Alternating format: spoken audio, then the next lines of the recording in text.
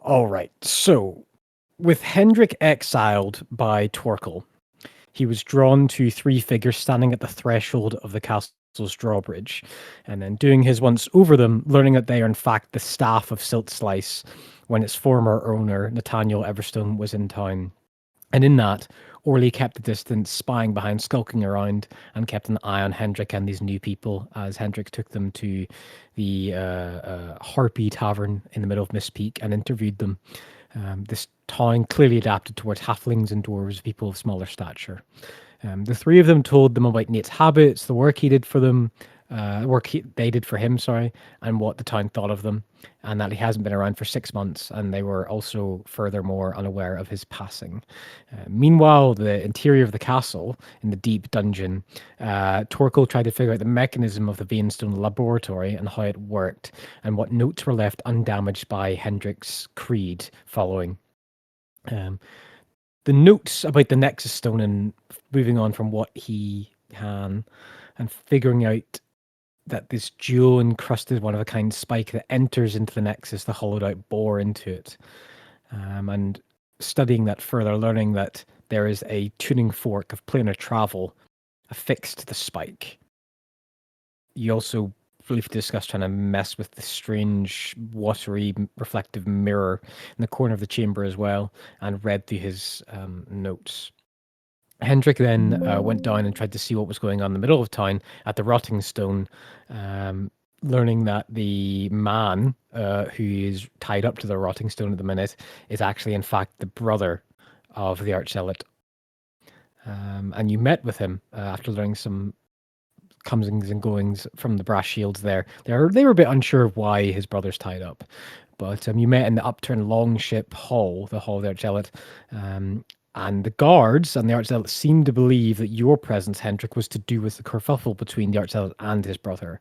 But you let them know that that's actually not why you're here. You're here to do with Nate's handing of estate and all that things as well. You discussed the castle. You discussed what works Nate had proposed in the nature of a place like Mistpeak. And in that gap between time, Orly tried to learn more about the strange and misty humanoid figure he saw at the town's edge, and the local ferryman or fish counter insisting that he leave the matter. But I am going to hand over to you guys a little bit. What do you guys remember happening as well? Oh god, so From long. what point? From what point? Just if there's anything you guys want to contribute from what you remember happening. We were looking to investigate something. I know that Thoric is eager to move on. And that there was more in the estate that needed exploring. Yeah. So the three workers were brought to the castle, and they got to meet Torkel and the rest of the party. And you learned about like what their functions were. One's a librarian, the other's a painter. One is an apprentice craftsman. Yeah, all craftsmen that Nate seemed to be taking on board and teaching them and directing them to make certain things for him. And yeah. Also, that he had a particular interest in the folklore of the area. That's what he had the librarian specifically going into, but they didn't have specific information on what parts of folklore or what constituted local area. Yeah. He seemed to kind of just let Edite, the kind of senior figure of the staff, delegate and learn what she could from the library. And in all those meetings, Torkel, being the inquisitive mind that he is, tried to find out if there's any little secret repositories of knowledge or secrets or things hidden around the castle. And he found Nate's private art collection, where he had his gallery, his calendars made. The calendar, right? The calendar, yeah. But he did find a strange game of marbles that Nate had played that he asked his painter, the Black Dragonborn, to make a sketch of, make a copy of. And to Torkel's memory, that etching, that painting is pretty close to the layout of the floor, the hidden laboratory. Although not an exact match, I was curious to investigate that and things. But kind of arresting all of your guys' immediate attention was you all heard a deep lightning bolt burst in the middle of town at the water's edge, down towards the Hall of the Archzilla and the Rotting Stone, and seeing people panic and run around. You saw the mist seem to like encroach and get thicker and denser, so like actually you can't even see that much further ahead of a lot of you. But you ran down towards the Rotting Stone, the party did, and you saw that there seemed to be three strange, like watery, soaked, clogged figures, humanoid, who you're facing off against Brashield, who had formed like a defensive line or standing guard, who the man who's in chains against the Rotting Stone, and they had declared that if anyone stand in their way, they'll kill them. And with that, they threw a lightning bolt from their hands, and it caressed and sunk into the form of the brass shields immediately, just stone cold killing him and flicking his heart out of action.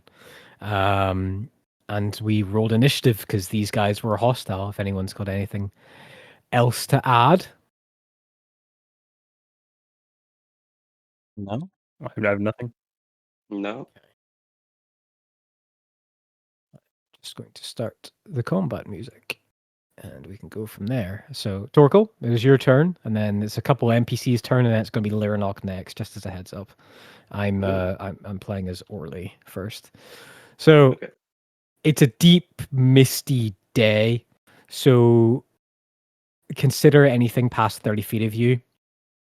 Just from a range target, like everything's a bit misty and hazy. So you can see all the brass shields like pretty clearly, but once it gets like the forms, they're pretty well like hidden in things. In the mist, it's hard to just measure. Are they moving? Are they standing? Are they walking? It's hard to say exactly what they're doing. But Torkel, in this new town where you've inherited a castle, these people seem to be attacking the power structure here in the brass shields. What do you do? Are we changing maps at all? Oh, sorry. I'll get the map up. Yeah. Yeah. There you go. Yeah. My bad.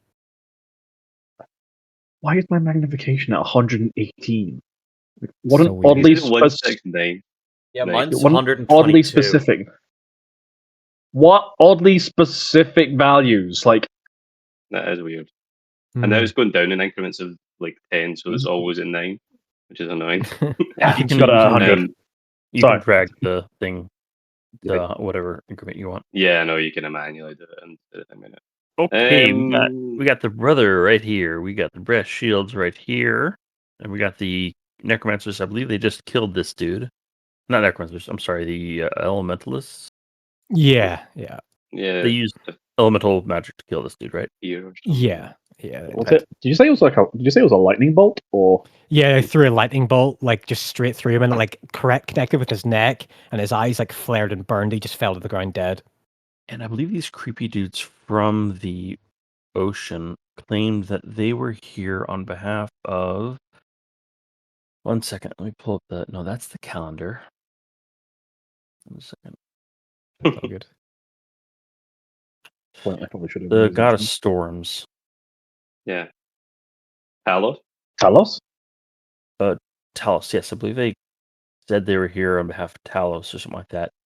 Now, this village also had history of Talos in that this castle, I believe, Murder is where, yeah. the Talos murder. Guys, I think Talos might be evil. It's all the Don't storms. like a wall of, Don't let the Nords hear you say that. All right, so tears even. like Gotcha. a wall of fire here. Look, Yeah, you Before I could. anyway, no one here worships Talos, right? Not that you know. Not that I know. Great. But that's only 4th level spell. So this is where I throw off my cowl and secretly realize I've betraying the party, right, Cypher? Yeah, totally. You find Thork's secret diary. They still think I'm an idiot. I think the double bluff. I think he actually is going to do that at some point, guys. Yeah, I'll cast wall of fire along here. On them or in front of them? In front of them, because I think it damages anything within 5 feet. Oh, that's a good point. Did they clear up Wall of Fire? Because it was a freaking mess. Okay, wall of fire and solid stoppers within your range. You can make the wall up to 60 feet long, 20 feet high, 1 foot thick, or ringed up to 20 feet in diameter. Opens each character in its area, makes a dexterity saving throw, taking 5d fire damage. So they have to be in it, right? Oh no, one side of the wall deals 5d8 fire damage to a creature that ends its turn within 10 feet of that side inside the inside the wall. I think that's two separate instances. So if they are within the within the wall itself, they'll take damage immediately. But then following after that, it 10 feet from that direction starts dealing damage as well. Mm-hmm. That's kind of lame. Okay, well, I guess I'll just cast it on them then, so they at least take some damage. So I'll cast a wall of fire through here. Okay. It could be 60 feet, but I'll just do it. Yeah, when you just set them on fire. Okay. Yep. So all right. I'll just grab a little wall of fire and we'll slam that down, and then we'll roll some saves. So that's your action. Any bonus actions or movement you want to do it while I'm grabbing that marker? They'll take 17 damage if they don't pass their dex save. Okay. Well, half of that in a successful one. Yeah. My spell DC is 15. And no, I don't have any bonus.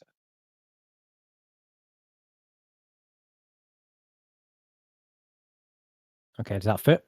Does that look okay? Yeah, that's great. All right, okay, I'll roll there. Is it dex save? Yeah, DC 15 dex save. All right, okay. You point forward, you present your holy symbol, and a wall of flame rises up, and it's this really cool visual because the heat intensity of the wall of fire erupting dissipates so much mist around it, clears this massive void of mist that is immediately burned away, and there's kind of this strange humidity which hits the air even close where you are from just the heat wash. And as the wall of fire reforms, the figures all are absorbed in the flames, and I'll roll a dex save for each of them. It's a 15, an 11, and a 7. So I'll fail. Okay. No, 15 meets the pieces. So one of them takes half damage. The rest takes full. Okay, very good. Okay. So two of them, the flames burn over them, and they go to they don't scream in pain. They weather it. So half of 17. 8. Okay. All right. Okay.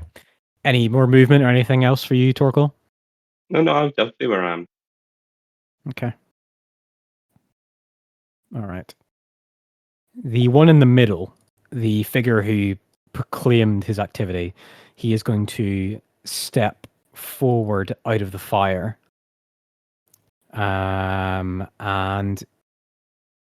yeah, he's going to step forward out of the fire. Can he go through it? The wall facing this way, anything within 10 feet takes damage, I think. Okay, yeah. He's going to leap up on this box here, and with his left arm grab solid mist and form a lightning bolt out of the mist and throw it at someone. And then from his right hand, he casts his back towards wall of fire and sucks a jet of flame into his hand and throws that at somebody else. And from his mouth, he winds his head back and then screams. And from that scream, a wave of thunder rips out of his mouth. So he targets 3 different brass shields with that. So the first one on the left, with the ranged, it's a 10. That misses. So that guy goes and leaps to the side to dodge the lightning whip bolt. The one on the far right with the fireball. Yeah. Was there anything there I could have counterspelled? No. Okay, thank you. These aren't spells. These are just elemental effects and attacks.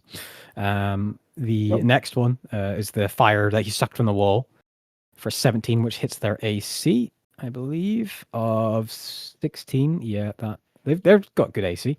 And that is this much fire damage. He takes 12 points of fire damage, and he is knocked unconscious rather than outright dead. And it's just the fire consumes him, and he's gets hit and gets tossed against this back boat here and is knocked unconscious. The one in the other one who gets hit by the wave of thunder, at the natural 20 for 46 points of thunder damage as the sonic blast fired out of this guy's mouth as he screams in this kind of riling boom. You see the wave of force hit him in his shield, and it rides up his shield, and basically from his torso, from his arm to his hand holding the spear, it bursts in the spray of blood. Even the water sprays and is hit, and his entire shield, his chainmail armor, his helmet is thrown and smashes into against this wall here, like it's been thrown from the force of a giant out of its hand. Right beside you guys. As he is basically sprayed dead everywhere. There's pieces of him all over the place. His legs stay standing for a minute before they just fall down. His intestines spill out over the floor. And one of the brass shields goes, "4 blanks! 4 blanks!" And that's what they do. So that's his... Actually, no, he's going to bonus action. So he casts a lightning attack. He's going to bonus action, and you watch with a whip of lightning, he vanishes, and a lightning bolt fires from his position and then summons and appears right here, and he's standing right amongst all of them. In reaction to his lightning attack. The brass shields, he's the person who did this attack seems to enjoy their scream of just action and horror as he just appears in the middle of them. And it's now the brass shield's turn. So they're going to try and surround the guy. And that's 1, 2, 3, 4, 5, 6, 7, 8. It's 4, 5, 6, 7. 7 attacks. So they've all got spears. So 7 attacks. They don't have packed attacks or anything, so it's just regular attacks. Okay. God, how fun it would be if they all actually just shank him to death. Miss. Or not. Hit. For 7. Hit. For a total of 9 so far. So that's 1, 2, 3, 4, 5. Need 2 more. Miss. Okay, so he takes 9 points of damage as they all just have to thrust his spears into him. And for the rest of the party watching this melee, he is ducking and weaving, and he's like moving around like a tornado at times. He's spinning and like kicking spears away. Then he like almost rise on the ground like he's like made of mist, and then water, and then fire puts up a shield of a spear blow comes to him. He is elemental in nature and in power. The other brass shields, the ones that are on this side, they're going to move and kind of separate a little bit out here. That one's alive, and this one here. So they have spears at their side. So currently, one in the wall of fire. This guy's going to get 2 spears thrown at him, and this guy's going to get 2 spears thrown at him from all their attacks. So thrown. Miss. Hit on the one to the first left for a total of 5, and then one on the right. Miss. Okay, so he gets 5 points of piercing damage put on him. All right. Okay. That's the brass shields. This front one here, he is going to step out, and he is going to put a key in the door and like lock the door to the front of the Archzealot's Hall. He looks over his left shoulder and sees the remaining body of someone he clearly knew, and like holds down a gasping vomit is thrust from his stomach, and then grabs his shield and pulls his helmet down harder and goes to move and leans against the rotting stone. Leonok, it's your turn with a cultist up next. Cool. I'm going to make... I would like to cast Bless at 2nd level, and I will target the other 4 in our party. Mm-hmm. So, okay. Okay. See if I can remember how to do this whole roll 20 nonsense thing. Yeah. Okay. So it's a bless on Torkel, a bless on Hendrik, a bless on Thoric. Yep, all 4 of them. And then he's just going to run 30 feet. You can just about get to here. And the first thing he's going to do is, he obviously saw him take the lightning bolt. He hasn't been able to confirm fatality yet. So he's going to be like checking him over, double checking if he's dead or wounded or anything like that. But that'll be my turn because that's his action. Yeah. So this guy here, he is unconscious. This one here is dead from the first attack. This one here is dead. Never mind. Sorry. That's what I was unconscious. This guy's dead, and this guy's unconscious. Yeah, that's fine. Confused. That's what. Yeah, if he just wants to confirm that he's dead because what else can he do? He's here to be a healer. But that's going to be Leronok's entire turn at the moment. Okay. All right. This furthest right dwarven elementalist with like a polished skulls at his belt and strange like dried sea serpent scales around his legs as tanned leather is going to move up and basically just like gut punch one guy with a thunderous crack in the air, and then he's going to side kick from that reeling assault into the other one with like a tinge of acidic air on the back of his heel. So this is an attack on the first one, a punch in the gut for a 16, which hits their armor class. Okay, and that instantly kills him. Punches him, and again, like he punches him in the chest in before they get the shield in, and Leronok, you watch the back of this man's spine burst out of his back and go flying across the floor, like broken through the armor. I may be a healer. I don't think I can heal that. The side kick into the head with acid for 26. 32 points of acid damage as he kicks his head so hard it bursts into like an acid cloud as his whole, like from his neck down to his left arm, is just burning and mulched and destroyed as even the metal itself is just corroding with the acid.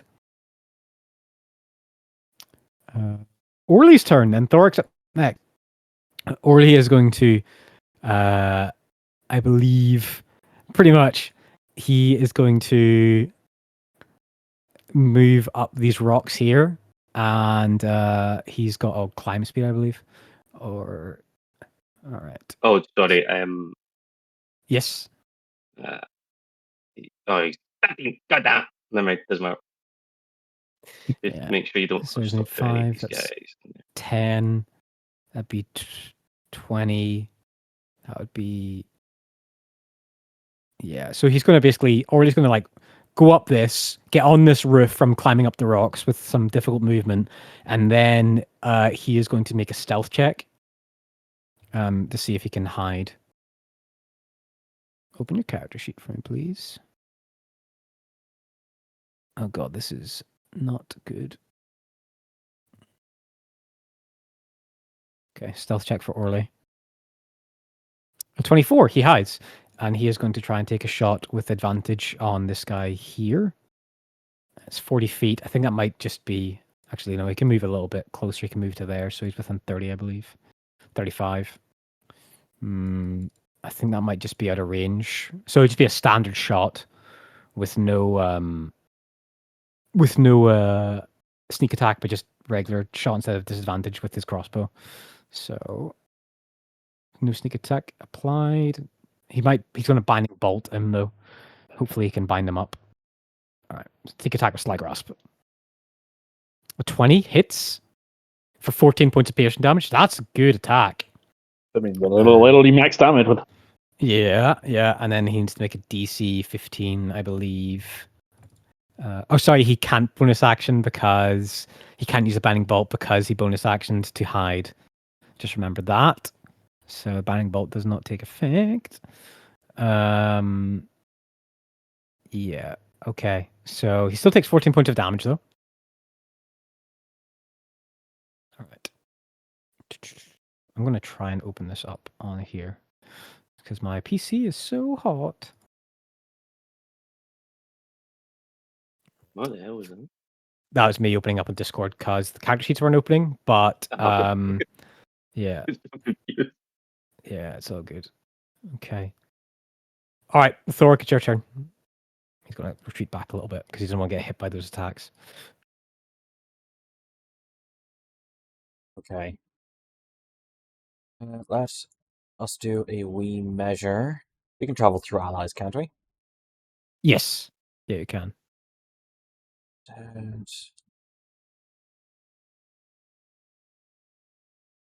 Here.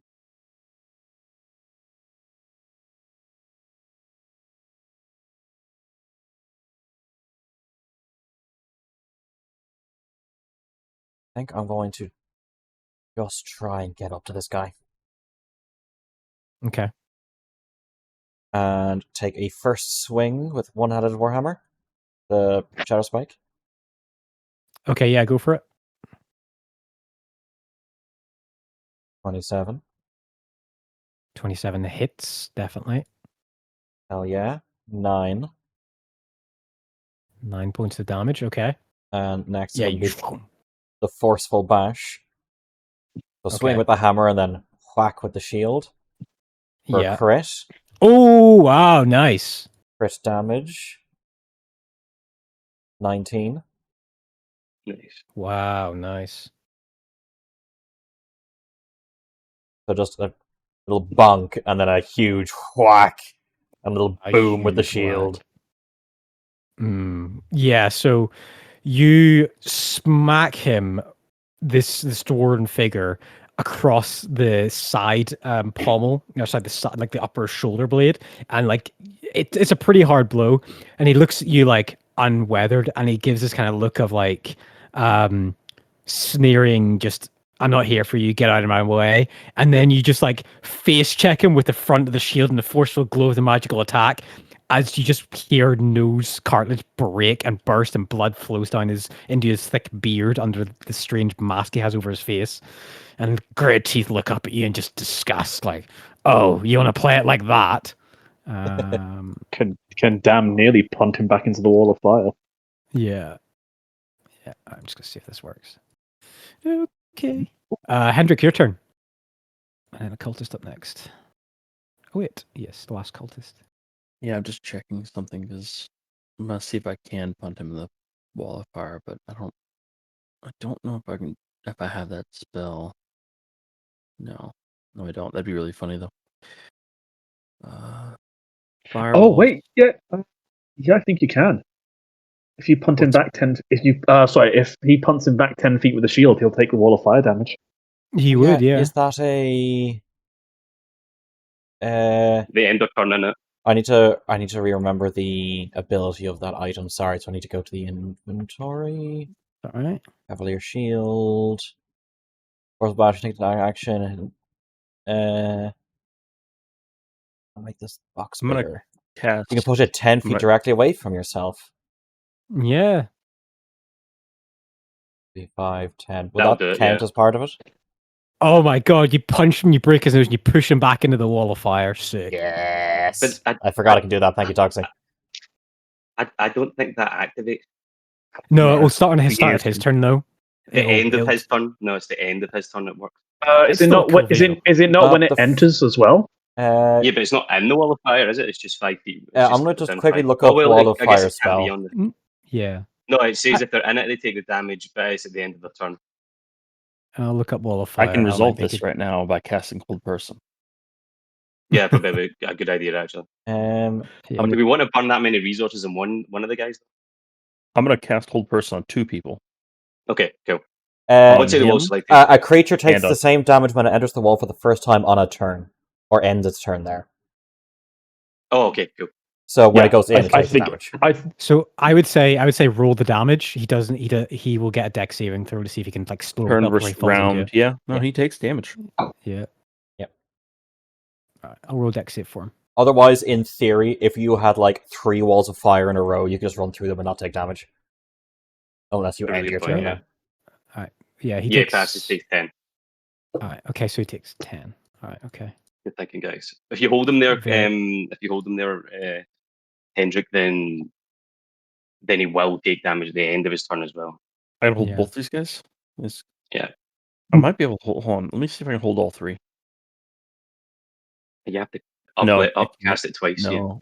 Yeah, no, I can hold 2. I'm thinking about holding the 2 guys in the firewall. I mean, that's the 2 who are actually active as well, because this guy, I mean, he can teleport out probably, but... Yeah, that's what I was thinking. Let me just relearn my feel thing. Innate sorcery, no. Heightened subtle, heightened spell. Okay, I'm gonna do that on one of them, so that's gonna take up 2 points. Okay. I think this will be worth it. Yeah, their wisdom, they're probably monk or druid cast it. Probably have high wisdom. Fuck. Oh. I mean, you've got your sorcerer's. You've got your sorcerer's form as well. Bonus action to activate that, I think. Sorcerer's form? Like, use a sorcery point, you have +1 to your spell DC or something. Yeah. I think it's a bonus action. He activates for 1 minute. I think that's how it works. Yeah. The spell DC of your sorcerer spell increases by 1. Yeah, I'm sorry. I thought I misread that as a bonus action, so I will do that as well. There's the sonic emitting, or the wide noise emitting of like the bell of tier of the cymbals, the scales resonating as you activate your power. I'm gonna cast it as a level 3 spell. Do all 3? No, it's level 2 normally, so I'm casting on 2, just the 2 that are in the wall of fire. Got you. And the one that just got booted back, I'm gonna have him have disadvantage. Excellent. That's a good call. The DC is going to be 17. All right, and he has disadvantage. He has disadvantage. Yes. All right, so that's for that one. That's the one that just got bonked in the face. This one here. And 18. You son of a bitch. Fuck you. Yeah, this one just regular. Yeah, he's got a good save. And then the next one, further in the fire, 25. Wow. All that. I blew my load for nothing, guys.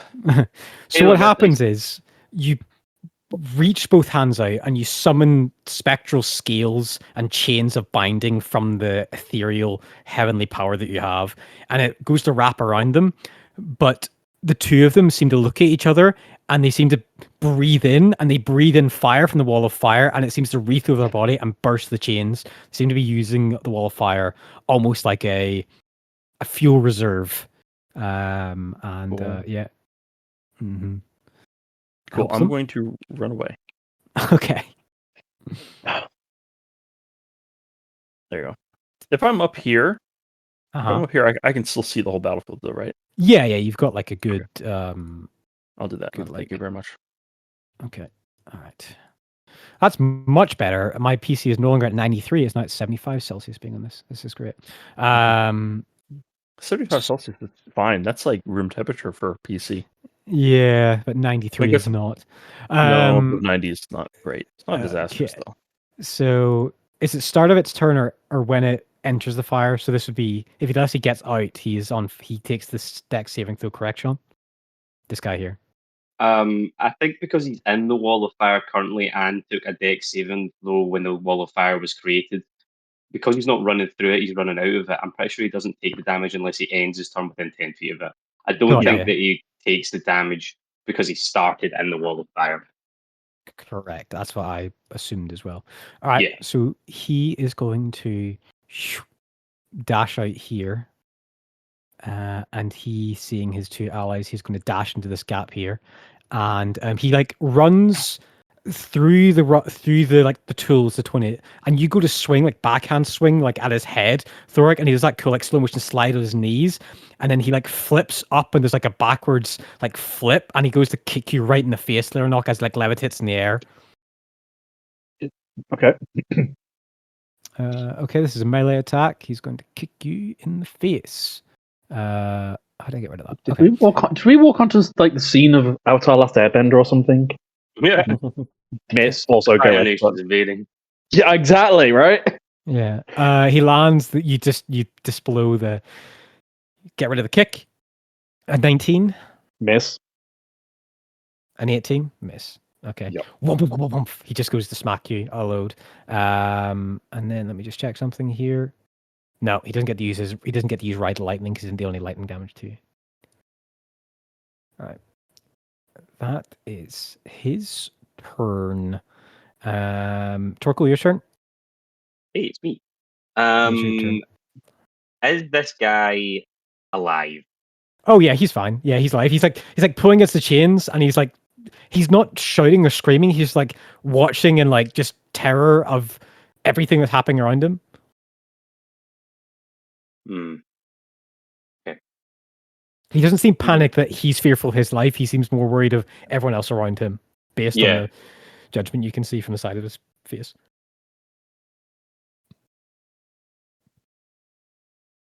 Just thinking, this is probably the best thing to do.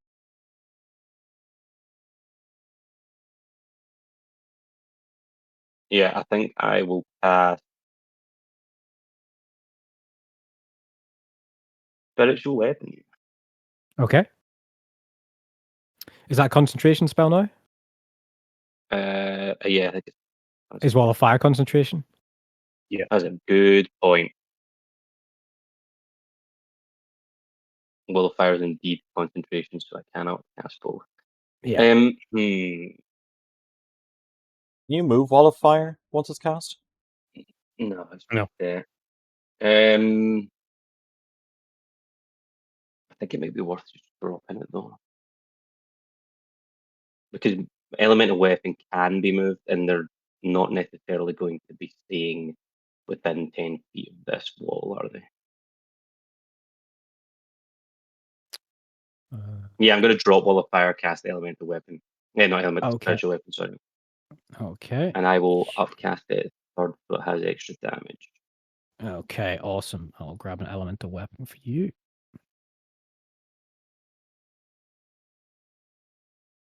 And it does an 11 tap. Is that for that one?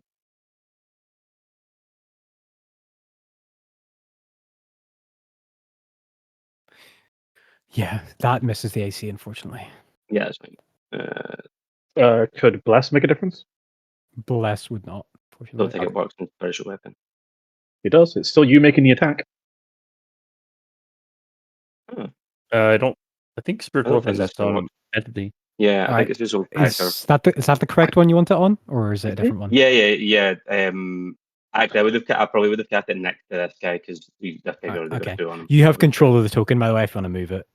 Yeah, grand, cool. Yeah, so Spiritual Weapon comes in, swings at him, but misses. Alright, so that's your action, bonus action movement? Oh wait! No, spiritual weapon says you can make a melee attack. Yeah. So it It's is not- you making it. It doesn't You create its don't own like- I don't- entity, but It did in doesn't previous make a difference, versions. It was fucking weird. I don't think that 4 and a 1. I don't think 15 hits me anyway. You can try. Anyway, so the 13. 13. Okay, yeah, no, it doesn't hit. Brand, bonus action. I do not have any. I don't think anybody's damaged. So I will move. Yeah, I'll move like here. Okay. I don't want to get Yeah. attacked. All right. Yep, that's it. Elemental cultist. Yeah, they are going to. Let me look at this spell. How much does this do, and what area is it on itself?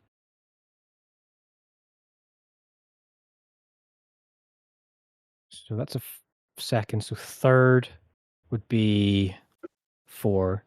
Fourth would be 5. 6 would be. Sorry, I'm doing some math. Second level. So third would be 4. Fourth would be 5. Sixth would be 6. So 68. Okay. This one over here. His feet seem to meld into the ground, like sink into like the mud and the soil and the earth, and he claps both hands together as he casts Shatter on himself at 6th level. 6th level. Yeah. Oh.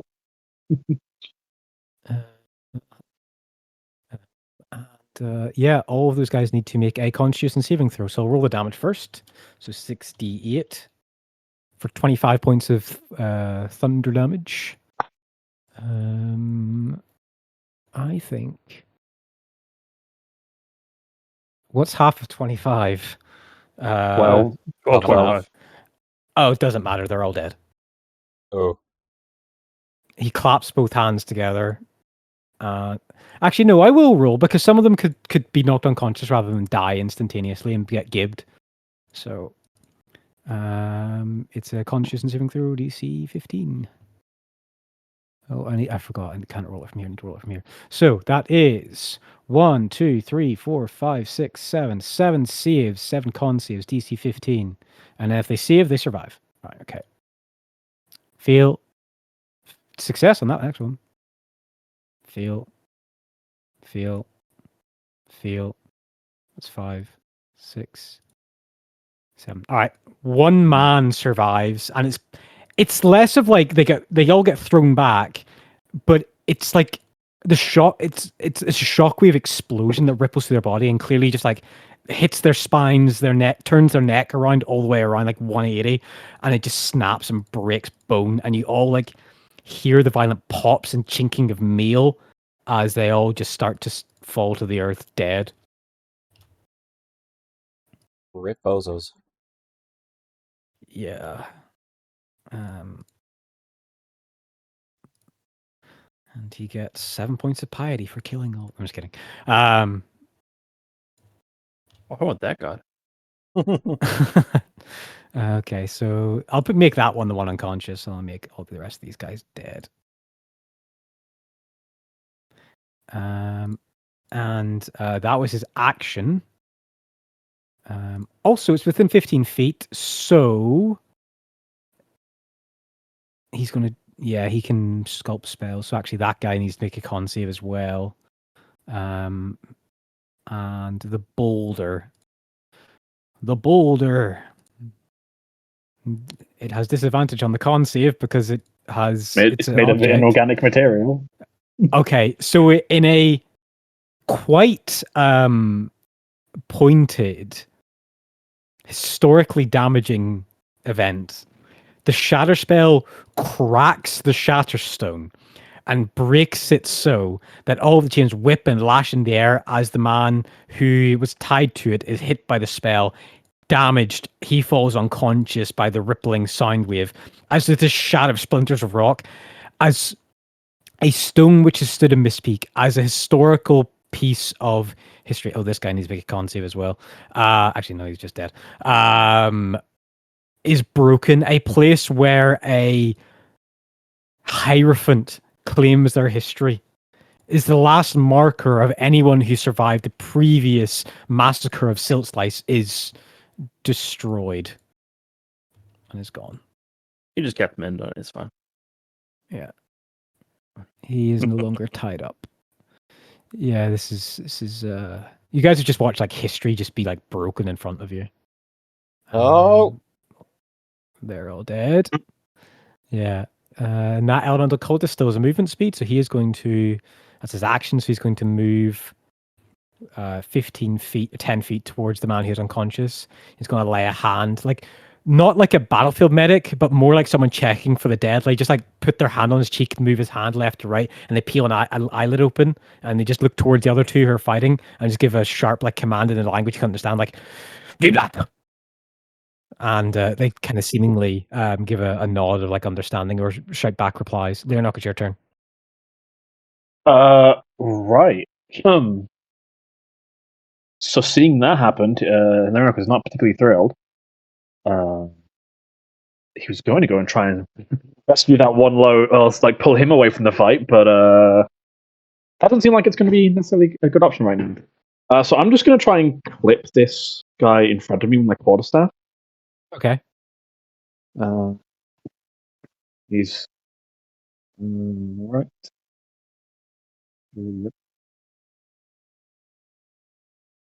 18. 18 hits the armor class. Yeah. Cool. The 6 damage. Also, can you give me a Constitution saving throw or get prone? A Constitution saving throw. Okay, sure. So sorry, just doing damage here. 2 minus 6. All right. He has advantage on this. It's a con save, right? Yes. Wait. Oh, yeah. He has advantage? Fair yeah, play. he has advantage. As you basically smack him in the chest, like with... I mean, he's not wearing anything more than strange sea garb and like strange trophies of like beasts and men. And you smack him in the chest and you push to try to hit him down to the ground. A mist of lightning forms at his back that pushes him back to standing up, like his elemental powers refuse him to hit the ground. he just goes for a sweep of the legs and just pushes him back up. Like, no, that's not how this is going to play out. Yeah. Okay, Next attack. that's very unfortunate. I was really hoping for the prone on him, motherfucker. He's going to be moving around because he's going to try to get towards that other one. Mm-hmm. Move to there. And yeah, he's just going to try and clip him again. Mm-hmm. What else is he going to do with his attack action now? 16? 16 hits. Cool. 7 damage and another con save, please. Yeah. Oh, I nearly give him more HP there. Oops. Another con save at advantage. 20. Yeah, well passes. Yeah, he you do the double same passes. thing. Yeah, do see thing again. And like, again, a layer of a sonic wave like blasts out from his hand, stops him from hitting against the ground. He bounces back up standing and goes to level like a strike at you. Is that your turn there, Nock? Yes, that's going to be my turn. Yeah, that's it at the moment. Okay. This one here is going to move 30 feet. And he is going to throw over his shoulder, like throw a lightning blast at Thoric. So this is an attack on you, Thoric. Not with advantage. Need to change that. Just regular attack. For a natural 20. Of course. You take 51 points of lightning damage. Well, fuck. Ooh. Do I do the smart thing or do I... No, fuck it. I'm going to do the in-character thing. I will use my reaction and I'll take that damage for him. Okay. Are you sure? Because I'm perfectly fine taking it. No, it's in character for him. I know it's not the smart decision. It is not. But the blast... Yeah. I mean, the bless is going to go, but it's the in-character decision. Seeing he's not going to let his party member get hurt that bad. You take 25. You take 26. He'll take 25. No, I take all of it. Oh, really? Yeah. Let me go find the thing. Oh god. Where is the thing? It's in the spell sheet. God. Doesn't transfer any other effects if there happens to be any, but I take it. So I'll describe the blow. He looks over his shoulder and like grabs Mistnair, forms in the lightning bolt. He throws it directly at Thoric's skull, and through a strange twist of Aasimar power, the lightning bolt seems to conduct from his helmet and then spike towards yours, and you get... It's like a brain fry. Like you are being riddled with electric pain, and you actually hear your skin sizzle in your helmet, and your flesh meld to the metal. Yeah. As you're burned. So as he throws it towards Thoric, like this wall of really pale white, almost fire comes up, blocks it from him, and then at the same location on Leonok, you'll see that same pale white just glow directly on the skull where it would have hit Thoric, and then you'd see Leonok just flinch massively from it. And it's what's clear right now is these guys are not playing for loot. These guys are playing for keeps. And with his bonus action, he's going to 30-foot teleport right beside Torkel and ride the lightning, and he's going to make 2 melee attacks against Torkel. Oh yeah, they don't change the thing in this. Also, this is a melee attack against Thorkel as he swings at you, and his fist is covered in acid. Yep, that has. No, I don't know. Bless is gone, I'm afraid. Bless is gone. No. The 21 was the saving throw, not the attack on you. He rolled a 12. Yeah. A 12, and then 25. 25 hits, yeah. All right, so he punched you with a fist. So that first one was attack with Fistful of Acid. He is going to, seeing that you like fire, from thin air, he summons fire with his knee and kicks you in the nose with a fire kick and deals 23 points of fire damage to you.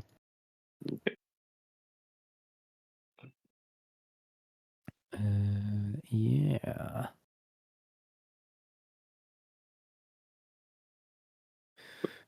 Okay. So that was his turn. Orly's turn now. Orly is looking around like, oh shit. Let me get his character sheet open because none of them are working very well right now. I need to actually open new tabs up because they're not letting me view it through Discord. I think Orly's going to take he's going to try and binding bolt the guy with his bonus action, and he's going to get sneak attack because he's within a couple feet of an ally. So he's trying to just go all in on this guy next to Torkel and try and hopefully put him down for good. I know because it's Soul of the Forge, I have resistance to fire damage, so I think I only take half of that. Yeah, you would. So what would that be? That would be 12? 12, yes. No, 11. Yeah, 12. 11? 11 and a half, so yeah, 11. So just 11, yeah. I can never remember if it's round up or down in this game. Down, always round down. Cool, 11. Always round down, yeah. All right. This is a smart component or opponent. He seems to realize, fire might not work as well, and the fire definitely lessens from the knee blow to the effect that he wished to have on you. Orly's shot at the man. Okay, this is Sly Grass, Binding Bolt, and also Sneak Attack. For 23. Oh no. Oh no, Orly. No. I had hope. I don't remember. Is he a gnome or a halfling? He is a gnome. So that's his action, and he has a bonus action, so he's just got his movement. He is going to. I'll let him use some of his movement to like slightly go up this cliff here, so he's not on the roof, and move slightly up here. Thoric, it's your turn. You just got saved a horrific lightning bolt blow from your ally next to you. They are not why. It's in character. I'm well aware it's not the smart decision, but I'm gonna go after this guy. Yeah, go for it. Swing him. Hit him. First with the Warhammer. Come on, 14. Damn it. He parries to the one side, like spin kicks it. Shield. 20. 20 hits. Roll damage. 17. Ooh. Good hit. Good hit. And I would like to push him back 10 feet. That's okay. Let me just check if his character sheet allows that to happen. Yeah, he just doesn't have enough piety to not have that happen. All right, okay. So he pushes back 10 feet. 10. I need to go another 5. You basically slam the shield into him. This is a different one from the first one you hit. Yeah. And this the longer you fight this one, this looks more like female. The grunts of pain from the blows, and you force blast her away, and you see some of like the armor, the strange clothing that have to get blasted away from the blow. And I'm following them, keeping contact. Any more attacks? Nope. Okay, Hendrik, your turn. Yeah, I'm looking for. Okay. Only thing I see I can do is casting Guiding Bolt on the one closest to me by Torkel. It has advantage because of my magical thing. Okay, cool. 20 hits. Not needed. Yeah, not needed. 18 damage. 18. Nice. And also the next attack on him has advantage. Very good. Very good. Also, the Guiding Bolt slams into the side of him while he's like dueling with Torkel. And Torkel's trying to get his shield out and get his mace out and all that stuff as well. I have a question. Yes. These dudes are teleporting. Yes. As a bonus action. Is it a spell? No, it is piety. Holy God! What the fuck? Yes, it's a holy god. I'm worshiping the wrong god. Okay. I mean, you can counter spell if you want to. I'll just I'll let you attempt to counter spell. God. Well, it's a magical you could attempt to. It's a magical effect. I mean, I will say this: they do have good con saves. You clearly have witnessed that they're robust. They are tough. Yeah, the wisdom saving is bullshit too. Yeah, I moved. That's my turn. I'm done. All right.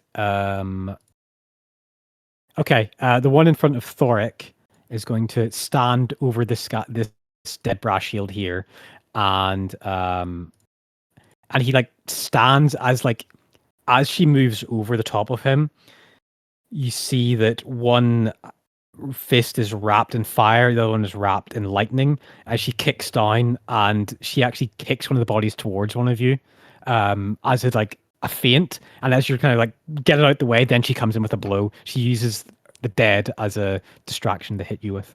This is a blow at Learnok with a melee attack for an 11. Ding. And then this is an attack on Thoric. Ding. Attack on Learnok. That hits. I will Okay. intercept. Okay. So you reduce the damage. So roll 1d10 plus proficiency, which is 3. Ah, damn, sorry. Only 5. Oh, that's perfect. Is that just enough to knock you down? Nope. I have 1 hit point left. Oh my god, that's nuts. Okay. I lived, bitch. So she kicks the body towards Learnok. Learnok sees it coming, hits out the way. You bring your shield up in time. She punches against it. The acid dissipates. She spins and then throws a lightning like quick, just like in towards Thoric's chest. He brings his weapon up, smashes the lightning bolt out of the air. And then as he goes to see Learnok, like still, Learnok's distracted. He just briefly looks at the dead body of the man, like, how dare she use his body as like a distraction in combat?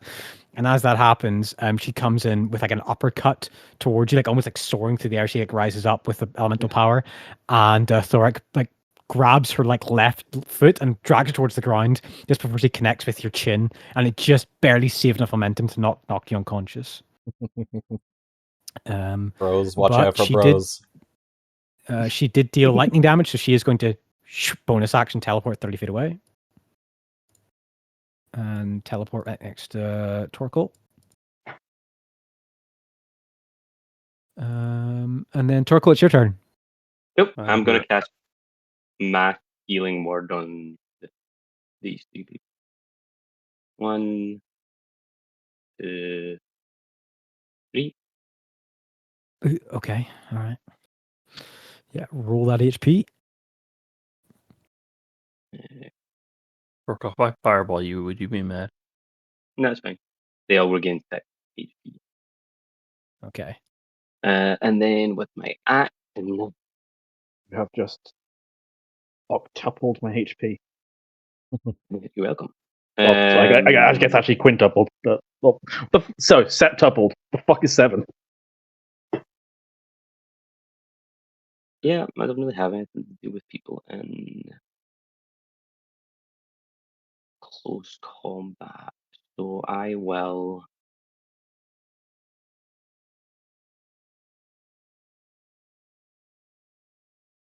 This guy has advantage against him. Yes. Okay. Yeah, I'm going to take an attack at him with my hammer.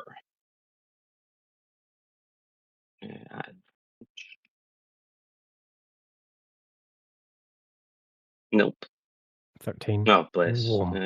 Bless? Oh, bless is gone. Yeah, Bless is gone, I'm afraid. Yeah, sorry. Yeah, that's fine. Okay, then I missed. That's fine. That is the end of my. Well, actually, I'll move like through the middle. But that's the end of my turn. Okay. Yeah.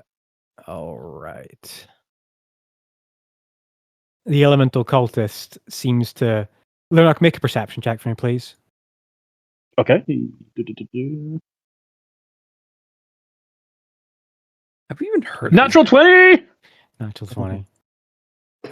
He crouches down to the person who's just been revived, and like the healing bird heals them. They push their arms into the ground, stand up, and immediately as they kind of get about their senses, the cultist next to them reaches down and says to them in a very soft whisper, like the whisper of a saber-toothed cat to its prey as it dies.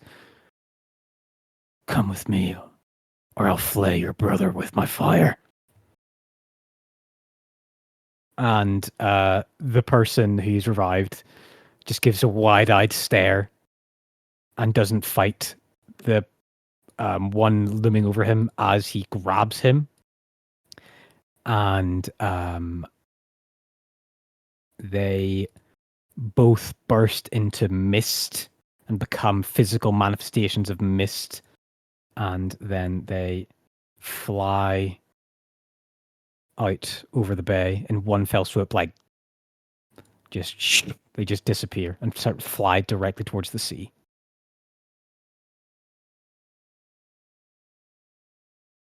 That chain. Okay, that's the two of them gone. Oops. Lernok, your turn. Oh, Lennox is going to just recenter himself a little bit. He's going to use he's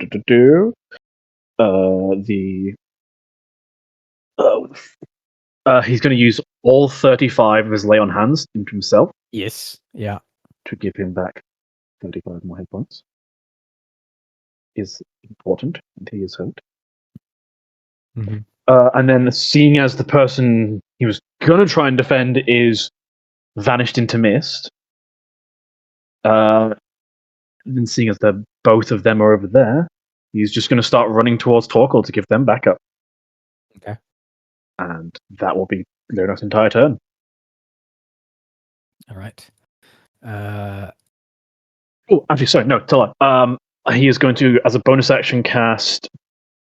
Is it Shield of Faith on himself? Right.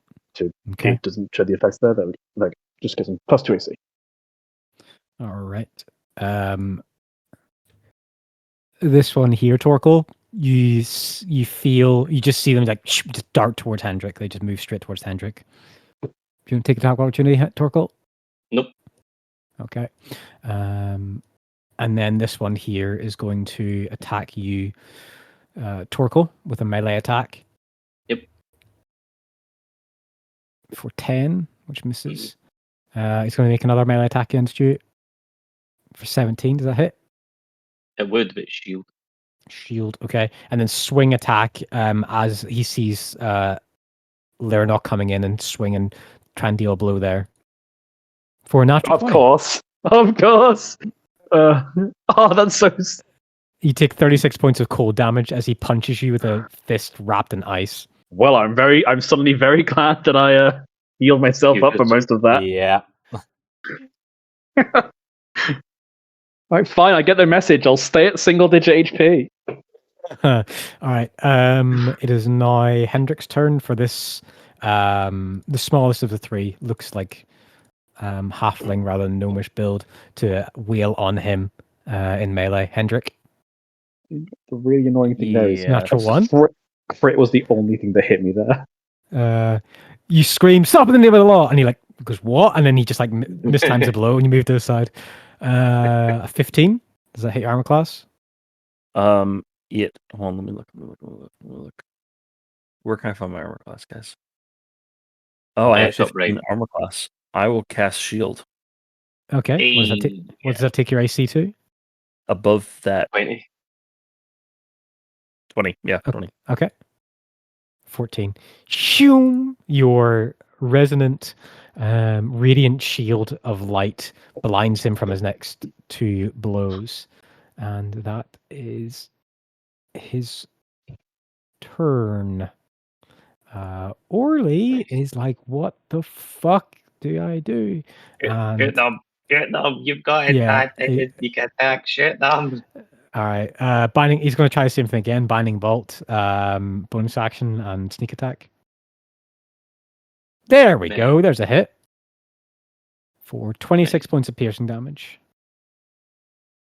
Right. And then the binding bolt. I actually need to remind myself what this does. Sly grasp.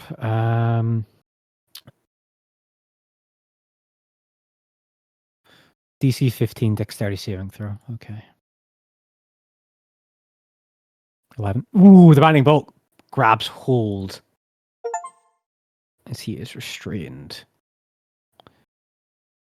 He gets trapped up. Give him that debuff there. Okay, and he took 26 points of piercing damage from the shot. Okay, it's Thorak's turn now. He's going to move away slightly. Well,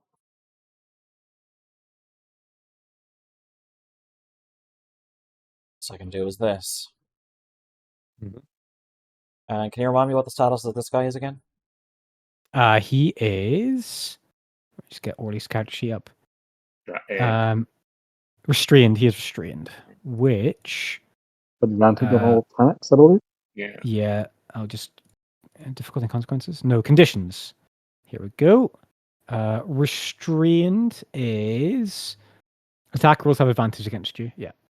Cool. So I'm going to go advantage and swing with the hammer. Yeah. 28 hits. Yeah. Damage 6. For 6. Oh, it's an unfortunate damage roll. Just like 1 HP away or something. No, you just rolled a 1 on your D8. Oh, yeah. And Forceful Bash. 26. Mm-hmm. For 19. Whoa, that's damage. However, that on the other hand is max damage, so it kind of balances out, I think. All right. This is the first time you see like a real like solid blow, and they are definitely bloodied now after all that. I love the idea that he just keeps bouncing back into Thoric's like range because of the roots that are holding him in place. Yeah. And I would like to push him back 10 feet if possible, please. Into the wall, yeah. And I'm going to move up just to try and pin him there. Okay, cool. Hendrik, your turn.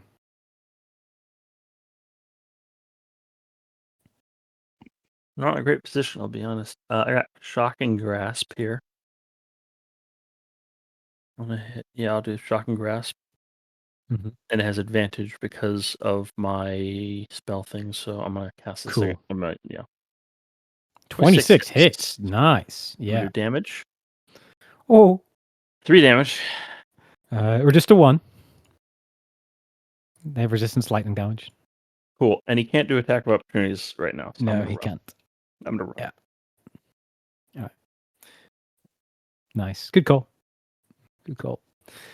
Yeah, like the person actually seems to be curious at your lightning attack, and then they go, haha, I'm more powerful, and then they go to move and like, oh, this is having an effect that I didn't anticipate.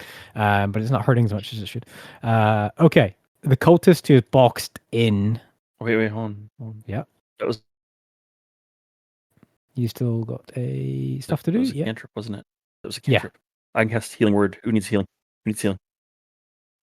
Lyranok. Okay, yeah. Lyranok.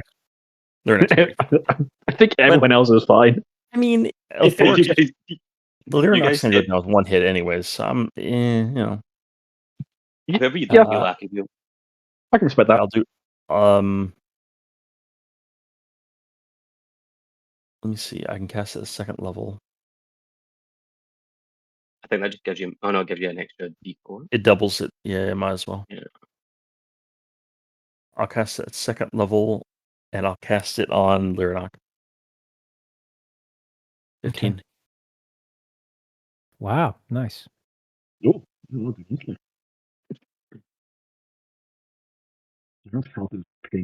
so bad. Wait, hold on. DM, can I just realized I forgot one of my abilities. Uh-huh. I've never used it before. So when you spend sorcery points to re-roll the healing dice. Yeah. Off the top of my head, it's D4s though, so they kind of suck. Let's see. Any number of dice rolled, provided you aren't incapacitated. Okay, cool. But I have to, instead of running over here, I'd have to have run down here. DM, can I do that? Sure, I'll let you do that. Yeah. Thank you. I appreciate that. And I'll use that ability. Oh. Uh-huh. I'll post it. Any number of those. Nice. I'm gonna re-roll 2 and 1. Yeah, I'm gonna re-roll 2 and 1. Nice. Good. So it's 5 plus 3 is 8 plus this 12 plus 7, so 17. Nah, that wasn't really that great. 17 healing said. Nice. Good hit. Good healing. The cultist walks into the corner. I'm actually gonna move over here. He's just going to lay into Thoric and see if she can get you out of his way. All with lightning attacks. Yeah. 19, Ding. miss. Ding. 12, miss. 16, Ding. miss. Okay. That was all of their attacks.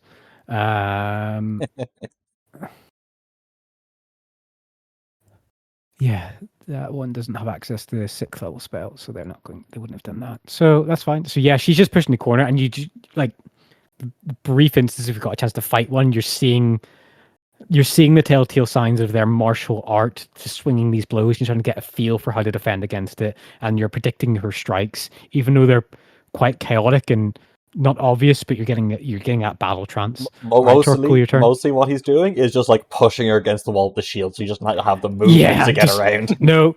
Yeah, she goes to swing, like backhand swing against you, and you go, no, push her back. Spin kick, no, push you back. Okay, Torkel, your turn. Cool. I will move here and cast.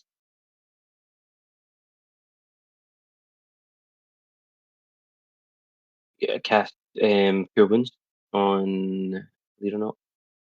Okay. We'll do a second level because why not? Hold on, let me just check the spell slots for that actually. I cast Testicular Torsion. Yeah. Don't be silly. You're not a wizard. Yeah, you get 20 points of healing. Okay. Yay. And then I will move 10 feet to engage this person. Okay. Bonus action. Any bonus action. And I'll use my bonus action to move the most useless spell I've ever cast. So 20 feet. Okay, yeah. I mean, if you had bonus action other terms, you could have said it could be moving. I'm not sure. Other terms. Nah, I think I used the majority of my bonus actions and deliberately left that there. Okay, no problem. End of your turn, Torkel? That is my turn ended. All right. So 21 is gone. They've left the battlefield. So it's Lyranok's turn. Cool. Actually, Lyranok, what's your dex bonus? My dex bonus? Yeah, -2. -2. Yeah, it's all right. I give players. I'll like you gone ahead of them the entire initiative. I'm not going to change it now. Don't worry. Oh, I didn't even realize they were. You know. Yeah, I mean, absolutely should not have gone first. Technically, it should be Orly and then Elementalist and then you. Yeah. Oh, I didn't even. I did not notice we were all on 18. I could have sworn that it's the whole whoever has highest dex bonus is a house rule entirely. It's if it's a tie between players, they decide. Okay. I don't know. I'm gonna say I don't remember, but it's fine. I think. Yeah. I think it might be both. I'm happy to change it. I'm happy to change if you want, but nah, it's fine. It's the way we've fought the last 5 rounds. So let's just keep it that way. Yeah, 100%. He's now back in fighting condition for a while, until he gets crit again. So you're just going to go with the quarterstaff? Mm-hmm. The actual book rule is the dexterity item, by the way. It's not a house rule. Oh, it's the highest dex score goes over initiative. Oh, yeah, loser! One with the highest dexterity check total. Yeah. 7! 7! Yeah. Okay. Oh yeah, that was nearly minimum damage for a crit. Also, con save for prone. He's probably going to pass, but hey ho, one day he'll fail. I'm looking through the rules for 5e, and it's just the DM decides. It's 5. Yeah, it's 2024. Yeah, I don't know about 2024. I was looking at 5e. Yeah. Yeah, it most definitely passes that. Second attack, same target. For 9. Nah. Just runs in with a shield bash, effectively just goes bang. Yeah. And that'll be his for turn. Yeah. One attack against Torkel, actually.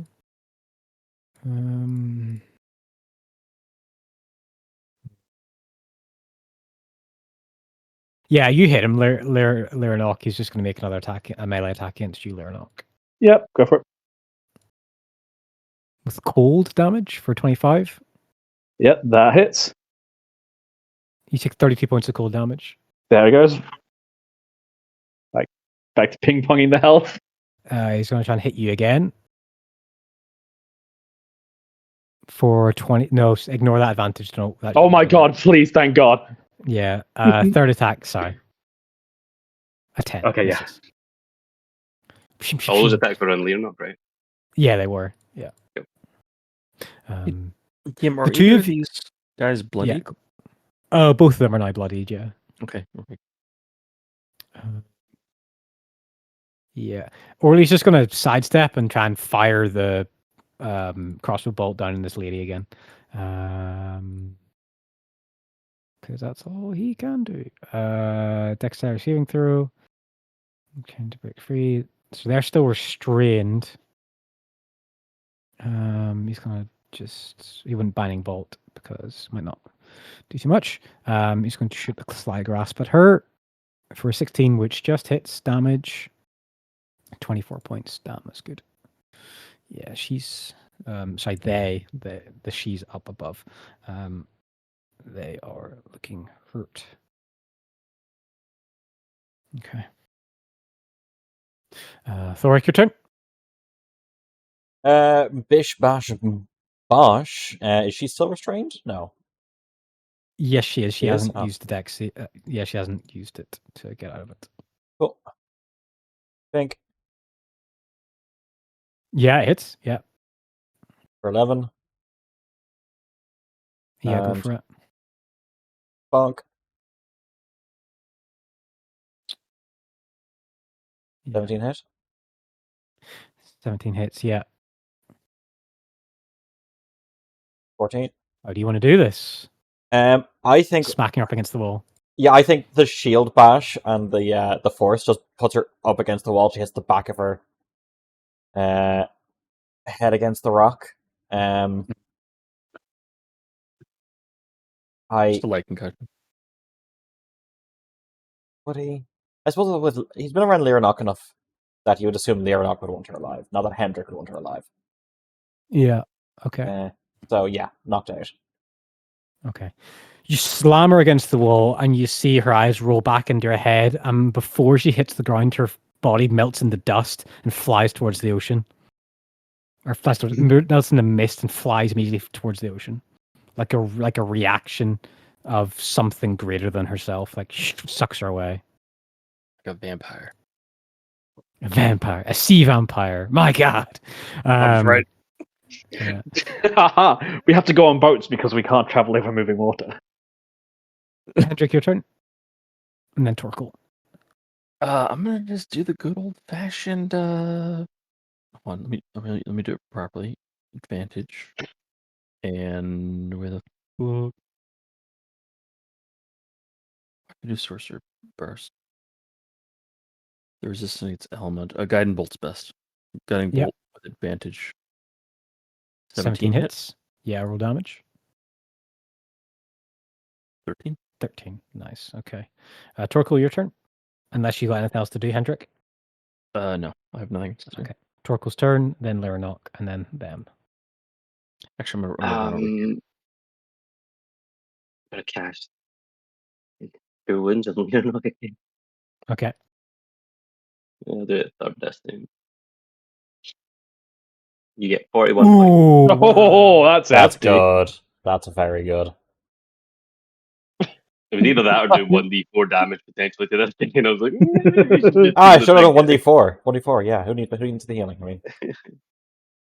I mean, And bonus action, the slowest item in D&D will move to penny. It was a very unfortunate the fact that you're using it against some of the most mobile things we've fought so far. Yeah. It was an unfortunate choice of foe. The only way to get to consistently get melee damage at the moment. So. Yeah, it's But yeah. really good. It's really good if you can tithe someone down in a scrum. The fact that it doesn't have a reaction attack is pretty annoying. What the Yeah. hell's a scrum? so have you ever It's watched a time rugby? from rugby. Have you ever watched rugby? What the heck? What do you call? I don't even know what to call it in America. There isn't really an equivalent in American football, is there? You kind of just wail on each other. During American football. So when both teams in rugby sort of shoulder to shoulder, and then they push into each other with the ball. Imagine a very stationary fight. I think in actual British English, it's just like a disorderly crowd of people. Okay, yeah, we call him a dog pile over here. Okay, yeah, there you go. A dog pile. That works. All right, Leonok, your turn. Sorry. Stick go bonk. I hope. Mm-hmm. My hit points have gone up again. So I believe this one is at advantage. Yes, advantage.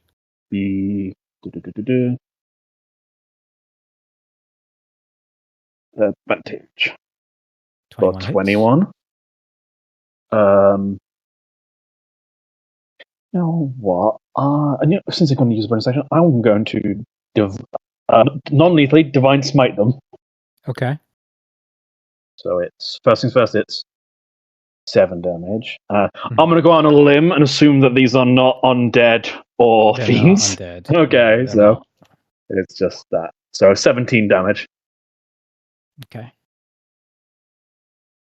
All right. Is that the end of your turn? No, and then he's got one more attack. Oh, also con save or prone. All right, I'll roll that. Advantage. 25. Yeah, well passes. And then stick. No advantage this time for 17. 17 hits. For another 7. Wow, consistent damage. Their turn. And then con save again. Not that it really matters, I don't think, but It might do. yeah, I guess. They're prone. I'm actually not sure on the DC on that. 15, I thought you said. 15? Or is it 10? I think it's 15. It'd be like 8 plus proficiency plus his whatever modifier. Plus strength, so I think it'll be low. I think it's like 13. I think that should probably pass. Okay. I'll let you check up on that. Yeah. All right. So they see you wail into them, and these enemies, you fought brigands. All of you fought brigands, thieves, criminals, like the Hydra. You would imagine people like these would want to sneer and insult and yell things to distract you and just revel in the combat. But there's something greater than that. There's something like they are just enjoying the chaos and the melee and the combat and the throwing of their elemental power. And they don't have words to say to you because it's not important. And Leonok, they're going to open up on you with 3 attacks. Melee attacks. All lightning. 22? Miss. Oh, really? Shield of Faith is giving me 24 AC at the moment. When did you cast Shield of Faith? It was when I was charging into this one over here. Okay, cool. Just I couldn't mind. Next attack. It's why the only thing that could have hit me when he did was a crit, and then he got me. I got you. A 24? That one hits though.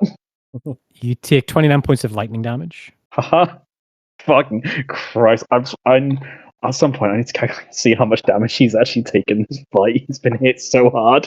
I think you've taken well over 120 points of damage. Well over 100. I think he's approaching 200. I think you're close to 200 because you took like 50 at one point. I basically take things in increments of 30 at least. I healed you for at least 70 points, I think. Yeah. And you did 30 for your Leonok is literally just the I didn't hear no bell at this point guy. You might be approaching the entire combined party's HP. All right. So he punches you, like whips past like a lightning bolt to runs its side of you. It's strange, like it's almost tangent. It's almost like tangible. It's almost a person. It becomes like a quick flash of light, and then just see them sprinting behind you. Did you knock them prone or not? That's important. Right. Yes. Sorry. The DC. He'll use bonus attack. DC 8. It would just slow him down. He could still bonus action, but it just is total. What did you roll? It's like 13. A 14. Yeah, he passes. Okay. Wasn't it a bonus action to teleport? It's a bonus action to teleport, but just standing up when you're prone is just half your movement. It's not a bonus action to stand up. No, it's not an action yet. Yeah, so he's going to run another 30. He's going to move another 30 and try and get to the water. Okay, so that's his turn. Orly's turn. Orly is going to... No, you don't. And he is going to dash. And he is going to leap down and run up to them. Go roll an acrobatics check for little Orly to see if he doesn't take any roll damage. He's pretty good Yeah, at he this. 23. Yeah, he rolls off the roof. He runs up behind the guy with a dagger and tries to bring him down with a dagger, with a melee attack. Why didn't he use Binding Bolt? Because it's less fun for me. But he's going to get out of this. He can teleport. It's all right. Yeah, I'll put him down here, where he can actually shoot without getting a hurt for binding bolt. No sneak attack, just binding bolt. So sneak attack on that. He's used up all his movement to do this. But binding bolt. All right. Let's see if he hits. 27 hits for 13 points of damage.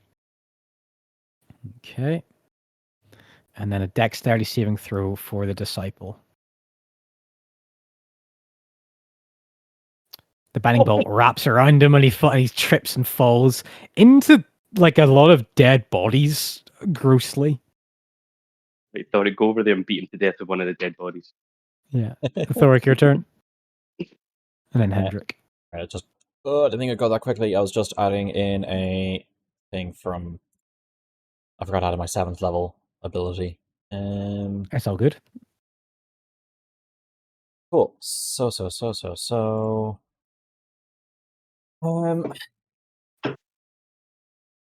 Get in there. Do I have... Actually make it in there without dashing.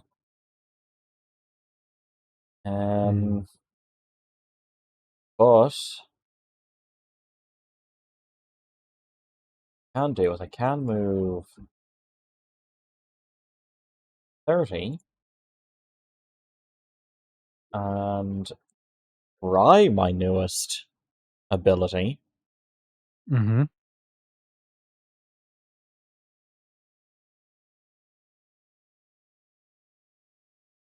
Just to try and make it get disadvantage on anyone that All right. isn't me. So it is, let's make a wisdom saving throw.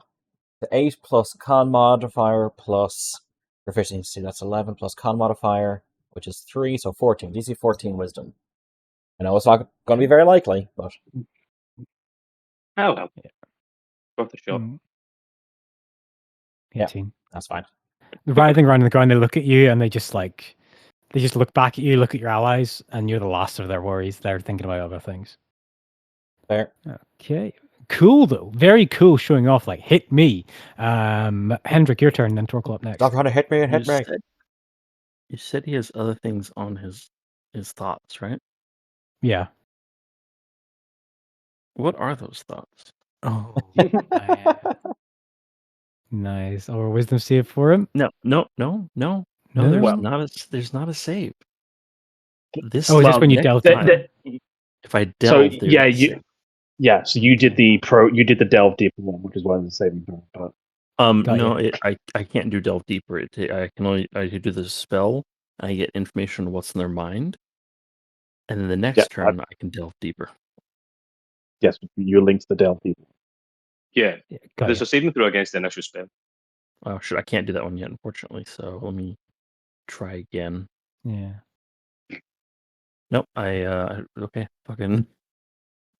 Yeah, it's just I'll look it up. Things fucking around. Yeah, I'll look it up. I'll link the actual thing. Yeah, please do. Just so I can read it.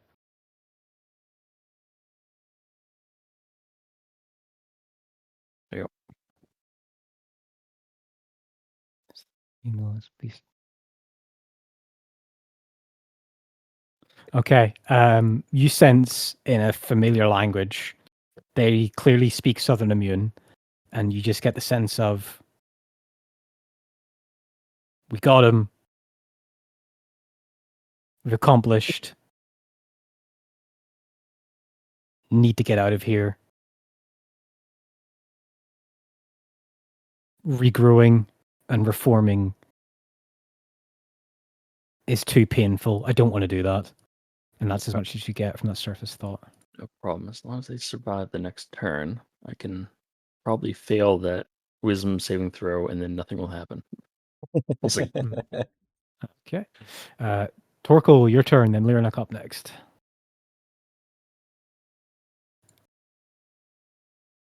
They're just restrained, so they're writhing on the ground, trying to get on their knees and trying to just get out of here. Yeah. Restrain.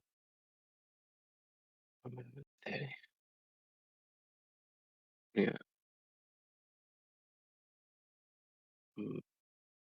There. So they have disadvantage on dexterity saving throws, so you could Sacred Flame him if you wanted to. Yeah, You'd have disadvantage. Are they prone? I think your restraint just means your speed is 0, Yeah. but not prone. Yeah. Okay, I'm going to cast Guiding Bolt on him. Okay. So you have advantage because he's restrained. Attack rolls have advantage. Second level with advantages. Okay. Yeah, I'll just triple. Yeah, attack rolls have advantage. Yeah, attack rolls have advantage. Cool. 15. Shoots past them. Just goes out to sea. No worries. So that's my action, and then a bonus action of my special weapon. 5 feet. Okay. Lyranok, your turn.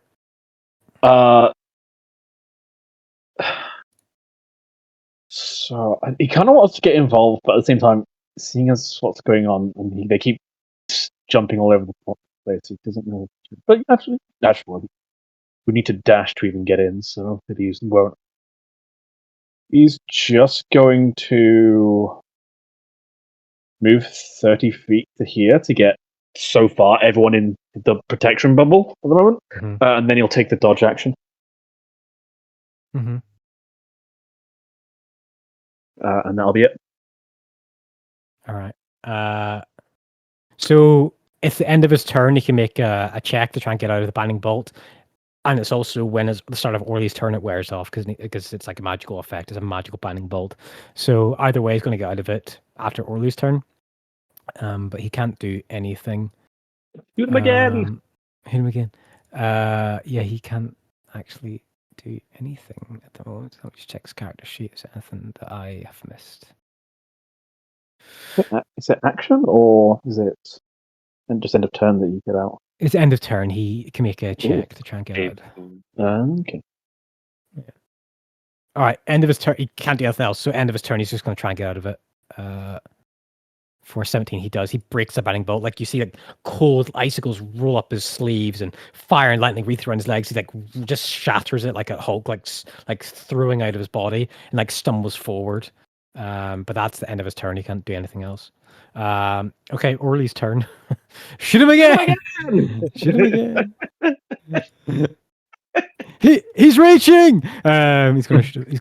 I'll make it. Wow! Okay. Jesus. I'll make Orly run here and sneak ahead, and then do a stealth check. So you can still shoot the guy, but like hide behind this stuff. Make a stealth check. Because that seems more Orly's stuff. 16. Okay.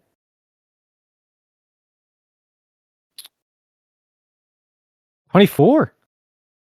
Ooh. For 10. Yeah, no sneak attack because he didn't pass his passive perception. So he's still...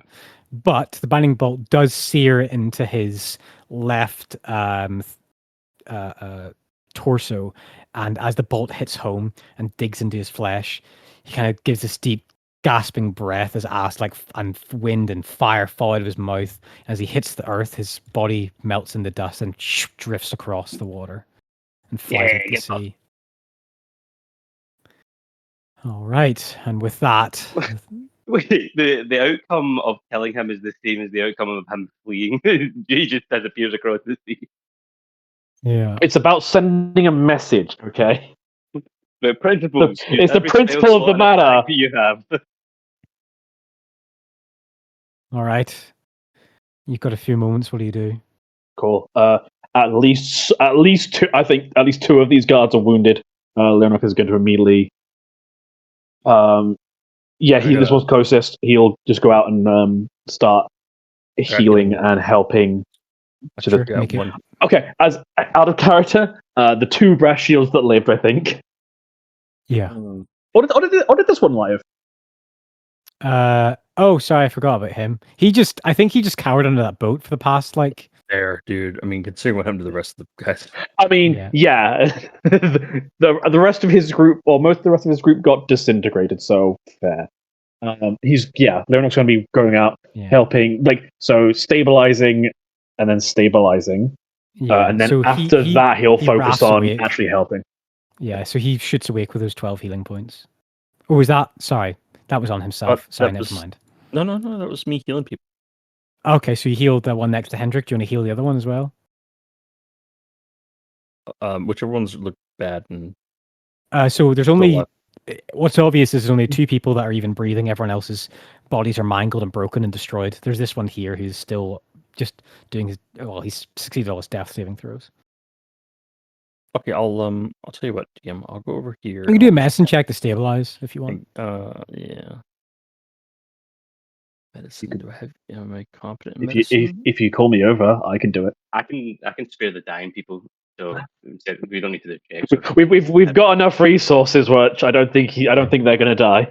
No, they're not going to die. I was just wondering who's doing it. Yeah, you stabilize him, Hendrik. You go over and you basically take like the slight piece of metal that's still in his throat. That's like crushing his windpipe, and like peel it back to stop so he can actually breathe, and he'll wake up in a few hours. Okay, but that was good. And at this point, you see the front door to the Archzealot's office like slowly peel away and open. And you see someone you recognize, Hendrik. You saw the man you've spoken to only moments before the Archzealot.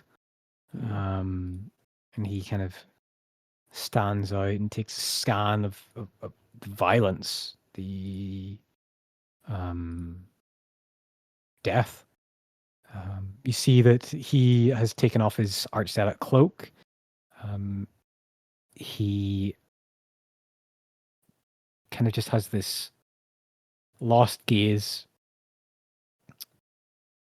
and he's taking it all, and he looks where the rotting stone was, and grits his teeth, and puckers, like sucks his lips into it, and then gets a really kind of just disgruntled, pained look, and then steps out from the gate and looks at the remains of this man, and then goes to kind of look at the remains of the brass shields. And by this point, once the combat is over, you do see people on the little heights, little slopes on either side of the hill, start to like filter out, like so half a dozen commoners from either side start to kind of poke out, and the mist seems to recede and not become as intense as it was during the combat. Do you guys do anything?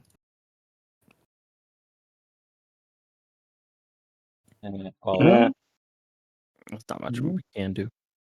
I think. So just confirm, both the brass shields have been stabilized and healed, right? Yeah, one of them's awake, and he's just like, thank the gods you are here. It was certainly a ferocious bunch. We're not expecting the damage that they could deal. He kind of drifts off to just like that euphoria of just pain relief, but also being alive, and kind of stares up towards the sunlight. The Archzealot walks to the remains of the rotting stone and looks at the chains and kind of crouches down and sees the mess of broken history and iconography of the town.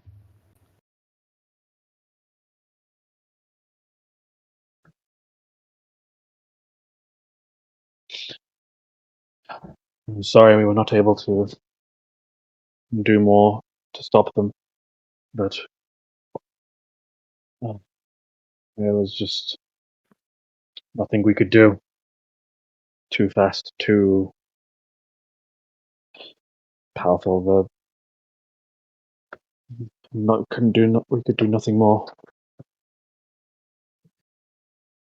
Looks at you and your friends. No, you did enough. Kind of scarred face. Looks at you, the neck scar over his throat. You've done enough. Thank you for what good that is. Hendrik is gonna stand up from kneeling he has a bunch of blood in him. And he just casts a spell, and all the blood's gone. He's perfectly clean. And he is going to walk over to the mayor and just look at the mayor in the eyes and say, "What was your plan here? Did you use your brother's bait?" Blaze drags his hand across on the cracked stone, looking out as he speaks. No, this isn't. I didn't know my brother was. I didn't know any of this would happen. This looks across the town, and people are like really hesitant because obviously there's a lot of dead bodies, but there's clear recognition some of the times, people recognizing that probably most of the guard force this town has been killed. That's like or at least a good chunk of it. Yeah, they're recognizing people who they know. Let the insight check that, Jim. That he didn't the know mayor? what happened. Yes. Yeah, definitely. Yeah. 23. There's something in there. Like he clearly didn't anticipate this. Nothing in his wildest imagination anticipated anything like this. Maybe not even a bloodshed. But he knows something. And he's like trying to figure out the pieces in the puzzle while you're looking at him and you're seeing that he's trying to think about things as well. I'm going to put hands on the mayor, DM. I'm going to grab him by the collar. Uh-huh. And I'm going to drag him over to Lyranok and push him against Lyranok and say, Lyranok, he is lying. He is not telling us the whole truth. Either leave it up to you to get answers out of him, or I will do it. What is it what exactly do you think he's lying about? I don't know. He knew something that was about them. I'm an arch zealot. You can't just treat me like this. Then I was going to sort of stand up to his full height. We appreciate your position on this, but look around. Great many people are dead now. Things that could potentially have been avoided if you had known something. And perhaps more harm could also come if we don't know everything. We would greatly appreciate your assistance if you could provide any further information. All right. And he leans against one of the boats, and he looks at his hands with his bloodied knuckles. Gestures towards the rock. My brother.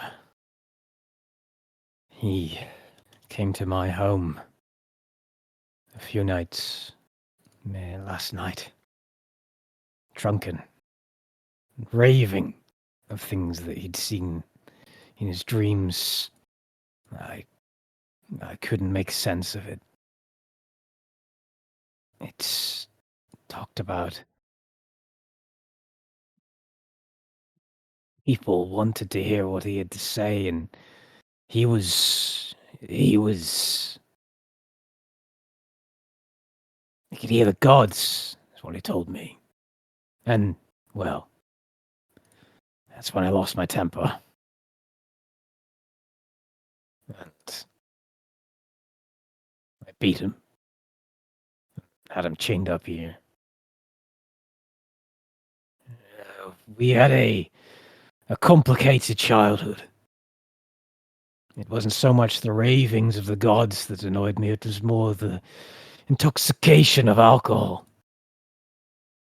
Points at his neck. My father did this to me when I was a boy. When I tried to stop him killing our mother, he sliced me open. My little brother, he was too young to do anything, he just watched. And then I watched as I bled on the floor. As he murdered my mother.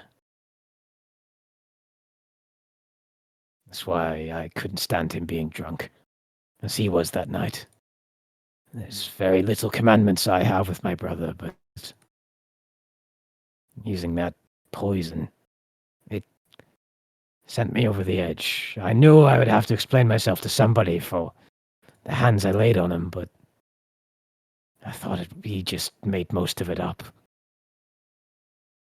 Saying he saw a wall crack, and the skies darken, and people screaming. I thought he made it up. He slumps against the boat. His hair is filled with sweat. He's shaking. His left hand is... He's like, put his right hand over it to stop it shaking. I don't know who those people were, but I know where they're from. Well, what they say they're from.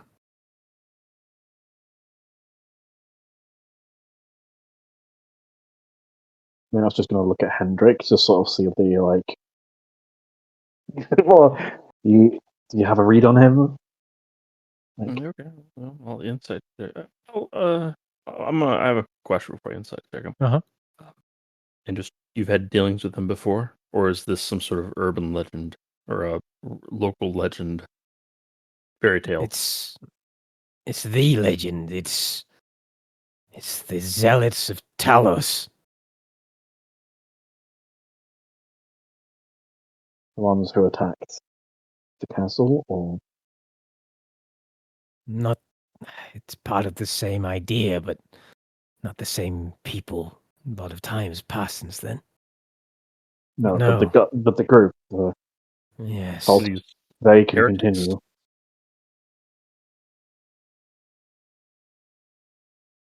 Would you say that, Hendrik? I asked if they are heretics. Not in the eyes of Talos, they're not. Destruction, killing, bringing a storm to people that they have to survive. Well, core tenets of the faith, isn't it? Yeah, I have a question. Uh-huh. Is murdering a shit ton of guards a tenet of the faith of Talos? No, but surviving a storm is. Okay, but I mean, okay. As long as it's not like Talos is Okay, chaotic. Like, oh, thank God, Talos, it's not heresy, guys. Don't worry, we don't have to worry about gesturing at the Yeah. pile of corpses. It's not heresy. Yeah, I mean, there's a lot of Fine. people on both sides of every cause, good and bad. But these people are very much venerating the worst parts of the Talos faith. Yeah, And all they care about is destruction. Yeah, okay. Yeah, they're focusing entirely on the destruction aspect and going, if you're strong, you'll live. I think Pretty much. survival of the fittest, except the fittest in this instance can hit very hard.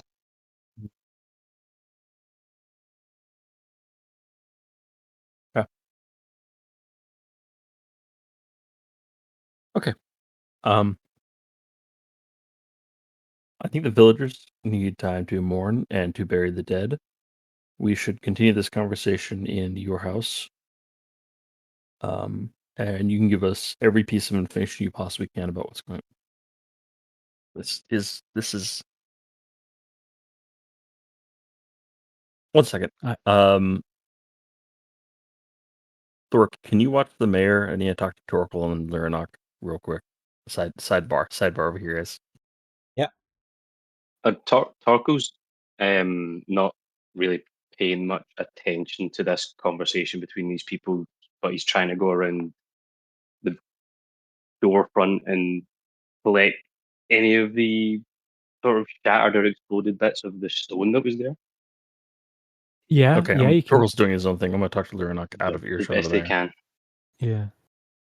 This is like a religiously important stone to this. Oh yeah, for this town it is. Yeah, it's Yeah. like it was like a massive chunk of like sea stone. Like it was clearly under the on the seabed. That's like all got old mosses and seaweed and stuff. Yeah. Is it similar to the green stone that's around it in the cliff face? Yeah, it is.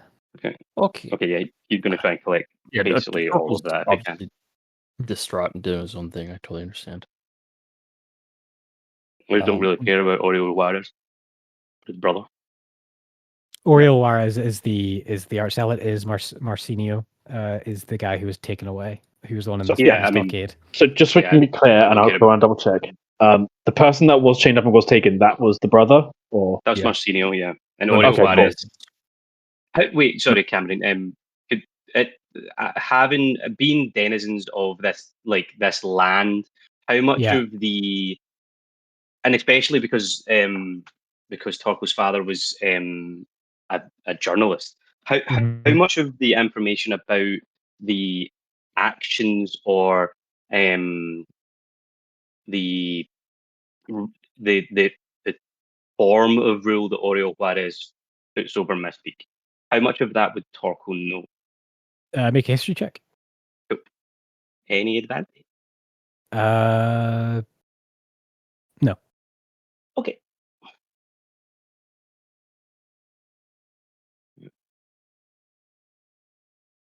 Ten. Yeah. You've heard about him because he's a bit of a unique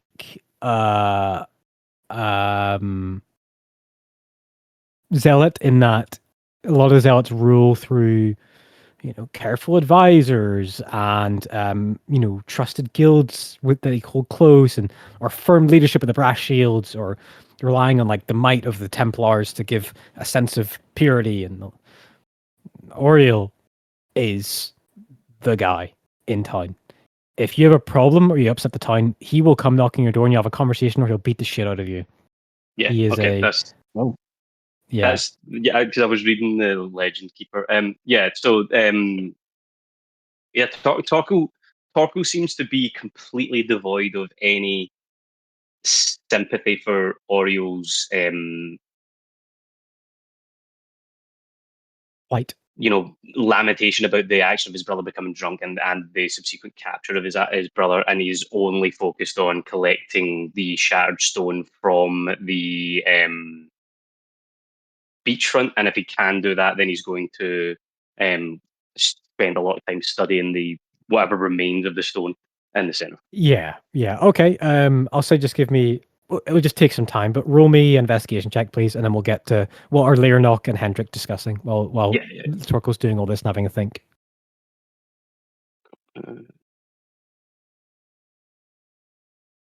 Yeah. So how do you start it, Hendrik? What do you say to Leonok? Torko, do you want inspiration? Nah, it's okay. I think it's just going to take him a very long time to pick everything up. Yeah, a long time. Okay. I thought you were Yeah. doing more. And the bodies are going to have to be moved, and because there's probably a chunk of the stone inside somebody. Yeah. He doesn't have a problem spending his time doing something he sees as fruitful. So yeah, I'll do more after. But yeah, I'm just putting a preface down to say that he's not involved in these conversations. You can tell from the way he's acting that he's pretty aloof from this problem. Okay, got you. Well, while keeping an eye on the mayor and the art zealot.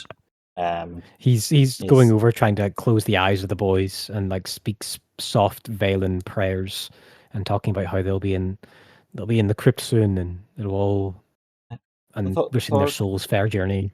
Torko will be sort of accompanying him and recording stuff about those who died, but also about the battle in general. Yeah.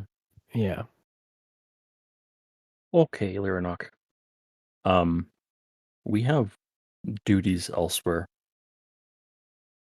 but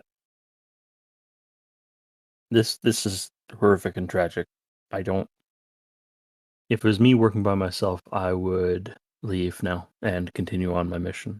I'm satisfied the mayor is not corrupt, just made an error in judgment, and that we have a responsibility elsewhere. But I cannot make that call for everyone. I just want to know what your thoughts are on this. If you'd be okay in not following through on this. Sorry, out of character. I believe. What was it? We've got to go up to Oakhart. We've got to go to Oakhart and then down to Vard, I believe. Right? That's our. And there's mission? the mines near as well. Which is over towards Elland. Orly's son up there, and then but then I think we have 4 things in the corner. What's the thing? What's the thing going on at the mayor's right now? Or not the mayor. I'm sorry. The mine. That's where it's what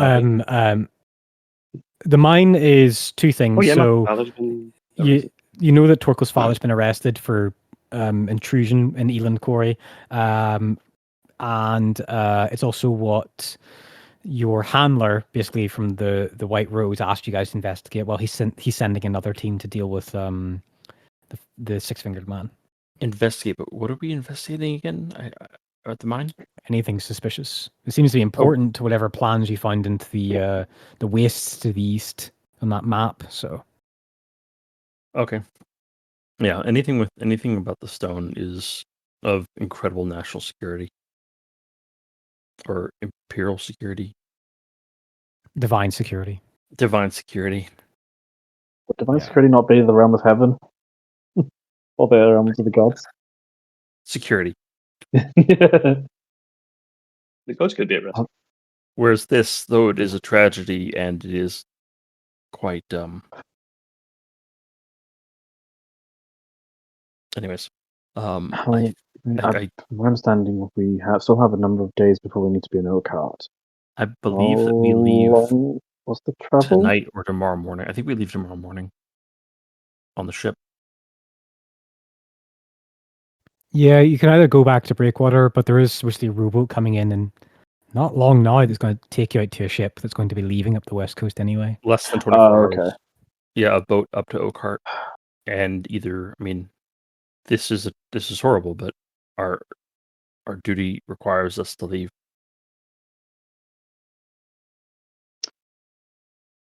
I like the idea of leaving this, but we do have prior arrangements. Perhaps that we can see what can be done before we must leave. But if, I don't know, he has an idea on where they are now, wherever they've taken him, then perhaps there's something that can be done, but... Speaking from experience on such things, although I acknowledge that you have much experience as well, but we don't know where they are. The first part of that investigation is finding out where they are and who they are, and this entire village is not going to have any information for you beyond fairy tales or bedtime stories, I fear. It's going to take time to figure out what the next step would be in solving this. Perhaps, I don't think... I agree with you that it may take time. Why us hurrying along will not make this boat get here any faster. You just can suggesting absolutely... we gather what information, see what can be done while we are here now. Then we can. No, I agree. You don't need to convince me. Plan with more information. Just try and get you ready for what's probably going to happen. But no, you're free. Obviously, you're free to do what you think is best. But we're agreed that we're going to leave on the boat. Yes. Okay, good. I think the rest of the party will agree as well then. I mean, especially we have a way back here relatively quickly. That is true. True. That means, and well, not really sure what Torkel plans to do with the castle, but could be. If he does have any intention with it, then we'll be returning here at some point anyway. Yeah, the castle's it has veinstone in the basement. You understand the implications of that, right? Oh shit. Oh wait. Yes, I understand. But I guess it is not. It is still his. Still belongs to him. It isn't. That's the implication. The castle is, right? Well, the castle is, yes, not the stone. I'm well aware of that, but I mean, it's legal. The castle is still his. Oh yeah, 100%. Yes, but I agree. I don't know what to do with the massive amount of illegal stone in the basement. Okay, we'll let it lie for now, but we'll have to inform the state at some point. It is illegal. Yes, We'll have to do something regarding it, but it's been laying there for a while. It can lay there for longer until we can deal with it later. But at least, yeah. Okay. Let's everyone do what they want. Thoric and would be Orly. There is a crowd of people at both sides of the hill. Like most of the town is, if not all the town is gathered, and there would be like a perimeter from brass shields, but you get the sense there's like the perimeter is here. The perimeter is here. And you see walking down the hill, you see a man walking down the hill. Very like he's tall. He's taller than all the residents here. He's about 6'3", 6'4", maybe. A tall, lean, lanky build. What's noticeable immediately is wearing like really bizarre, like scattered patterns of cobalt blue and deep purples with white lines going through like a pyramadic shapes within shapes pattern across his clothes. He's got he's a human, crooked nose, a round jaw, and he's got this pampered like clownish makeup on his face and plush red lips and chubby cheeks, and these big wide ears, and he's wearing a hat, and he takes his hat off like to his chest like respectfully, and he walks down. He's got a drum like fastened to one side and a lyre, a string instrument fastened to over his back as he walks down. And the mayor just like almost growls seeing this person walk down, and Thoric, you see him go walk towards the stranger walking down the hill towards it. Thoric would like to get ahead of him and just like put like a hand up, sort of not like halt, don't move, but sort of a thing of like, hey, what's going to happen here? Like towards the mayor, towards the other person walking down the hill. Towards the mayor. He's a fucking charlatan. He's just he's gonna want to write some fanciful song about all this. And like, I'm going in my office, and he storms off back towards his house and slams the door shut. No, that's probably as good a result as I'm going to get. Yeah. The person continues walking down the hill with a hat and looking towards you, and he's like got this like genuine look of shock at all the bodies, and like goes to walks right up beside one of them, and like doesn't crouch down, but does that kind of thing where like a kid like kind of pushes their toe out to like touch it, and they touch their hand with the gauntleted hand, and then puts their toe back and tilts his head to one side. Did you see much of all this? I did, and I would ask that maybe you give this whole situation some time and space. Oh, I wish it was so. But in the matter of history and telling the proper story, it would be good to get the details out urgently. Could you tell me what happened? I happen to be taking details myself, so... Oh, wonderful! We can cross-examine. This diary will be given to the librarians at the Great Church of Bahamut, and that will be the official record. Oh, I'm not doing something so droll. I want to make this a story of sacrifice and bravery. It will be sung in taverns and halls. It's actually the perfect inspiration I need for where I'm going. If you do write a song about it, I get the feeling that the people here wouldn't appreciate it. So if you do write it, sing it somewhere else. Here. Oh, that's how it usually goes. You say something and you write a song or a fanciful tale, a poem about it. But you don't ever utter the same thing back where you saw the inspiration.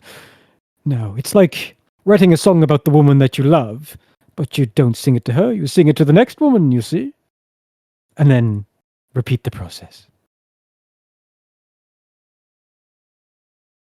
Outstretches the hand like a delicate hand. I'm Tame. I doubt it, but okay. My performance name is Tame the Impaler. I am Thoric Feregian. If you're not here to help right now, I would ask that maybe you go back and spend some time with the locals.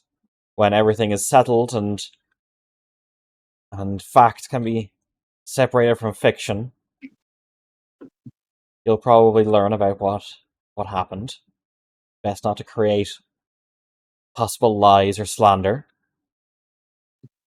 Well, I wish it was so simple, but I'm waiting on a rowboat here, so I'll move away, but I'll park myself in the corner over there, and I'll be fitting down notes and all these things. What a great shame for these brave men.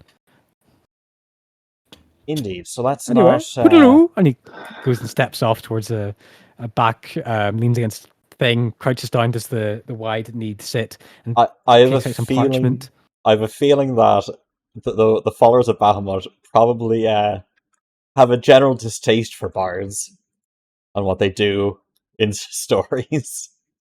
Are you sure that they don't employ a bunch of bards? I mean, it kind of fits, right? Well, it depends because I think Bahamut is all about like actual factual information, and bards are tall tales. Let's make it good. Yeah, the embellishment probably doesn't sit right with them.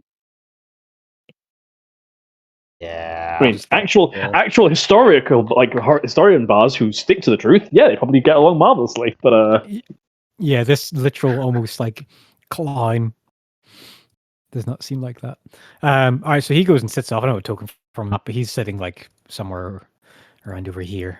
Some of the grieving families starting to make their way down the hill and look at people and look at remains. And Torkel, there's a few like weeps, not just for the dead, but also the rotting stones. Some prayers and curses and just like one word's like one thing you gather is like Hierophant is not going to be happy about this. Oh no, she will not. Yeah, we're working on it. Yeah. They're not just going to try and do his best to make what's left of the bodies a bit more presentable, I guess. Like, just like I know, like just make it neat and tidy as they can, really, and just sort of do his own sort of small, few like rites. Yeah, I guess you would give them like the military rights. Yeah, if someone was on campaign, which is even more respectful than what they currently would get, probably. Yeah, so he'll just do that because in the day they were fighting alongside him, so they count. And it also is just a nice thing to do. Trying not to leave them in piles. Thork will help when he's finished recording about them and their valiant last stand, so to speak. Mm-hmm. Sort of a first and last stand because he like died in about 20 seconds. Right? So. Yeah, I mean, you get hit with a 6th level shatter, that's gonna do it. I mean, look, I would have been really hurt, but it's a bit like, yeah, it's just a bit unfortunate. If Torkel gets to a point where he feels like he's connected up as much of the shard debris from the stone in the center, then he's going to spend the next series of time or the allotment of time sitting. So the boulder in the center shattered completely, or was it shattered and there's like a stump remaining or any items still embedded in the ground? It's like I'm just laying them out. It's like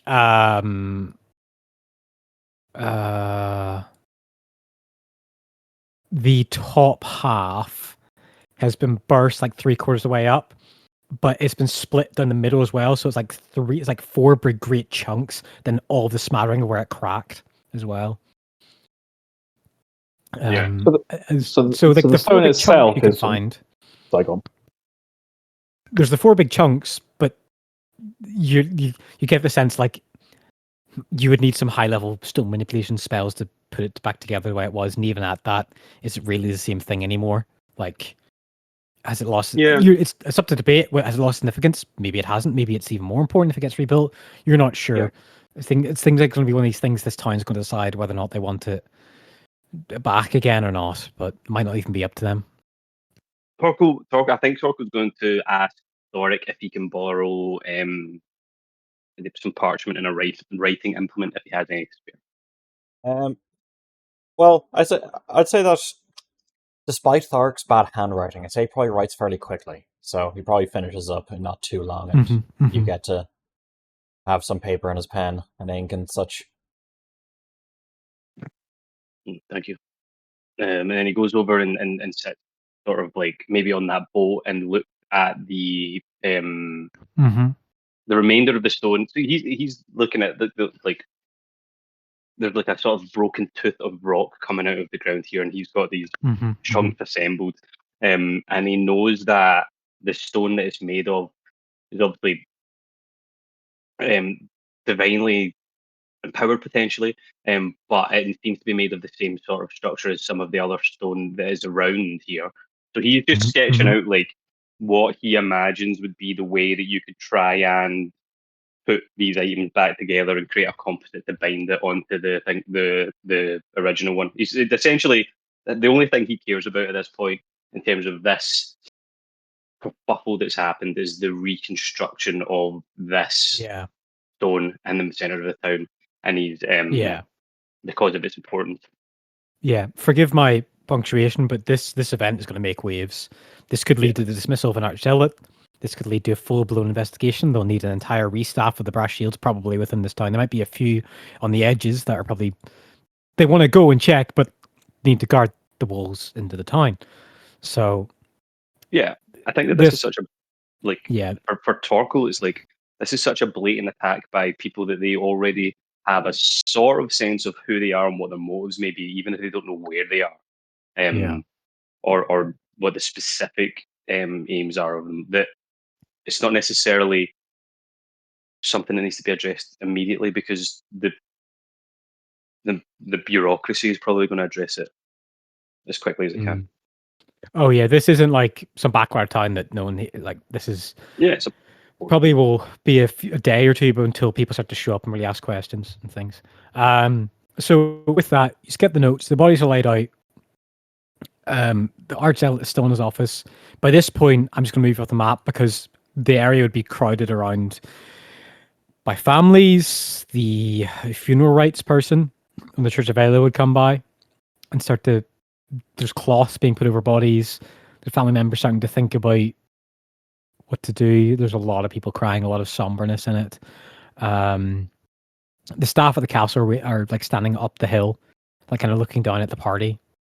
But not like coming down to you, like kind of like we'll just wait until I talk to us.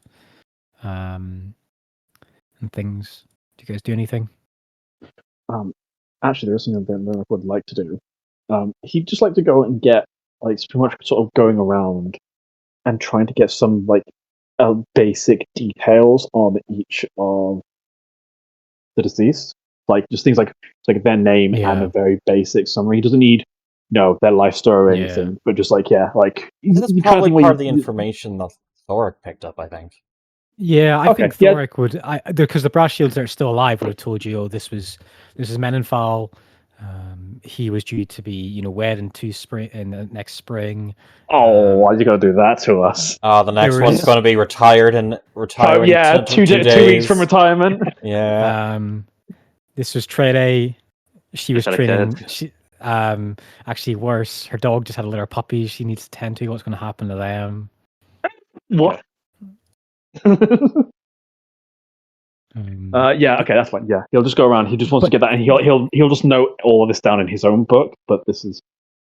But strangely, to all of you, there are prayers to Vela, but you do also hear some people saying, "Talos' winds, Talos' storm. You have weathered them still," and like kind of rubbing the remains. Like so, even though this strange combatant, this force, they still are revering Talos. But clearly, because our religion's better than their religion, we have to apply ours to theirs, right? I mean, just as a pile of corpses.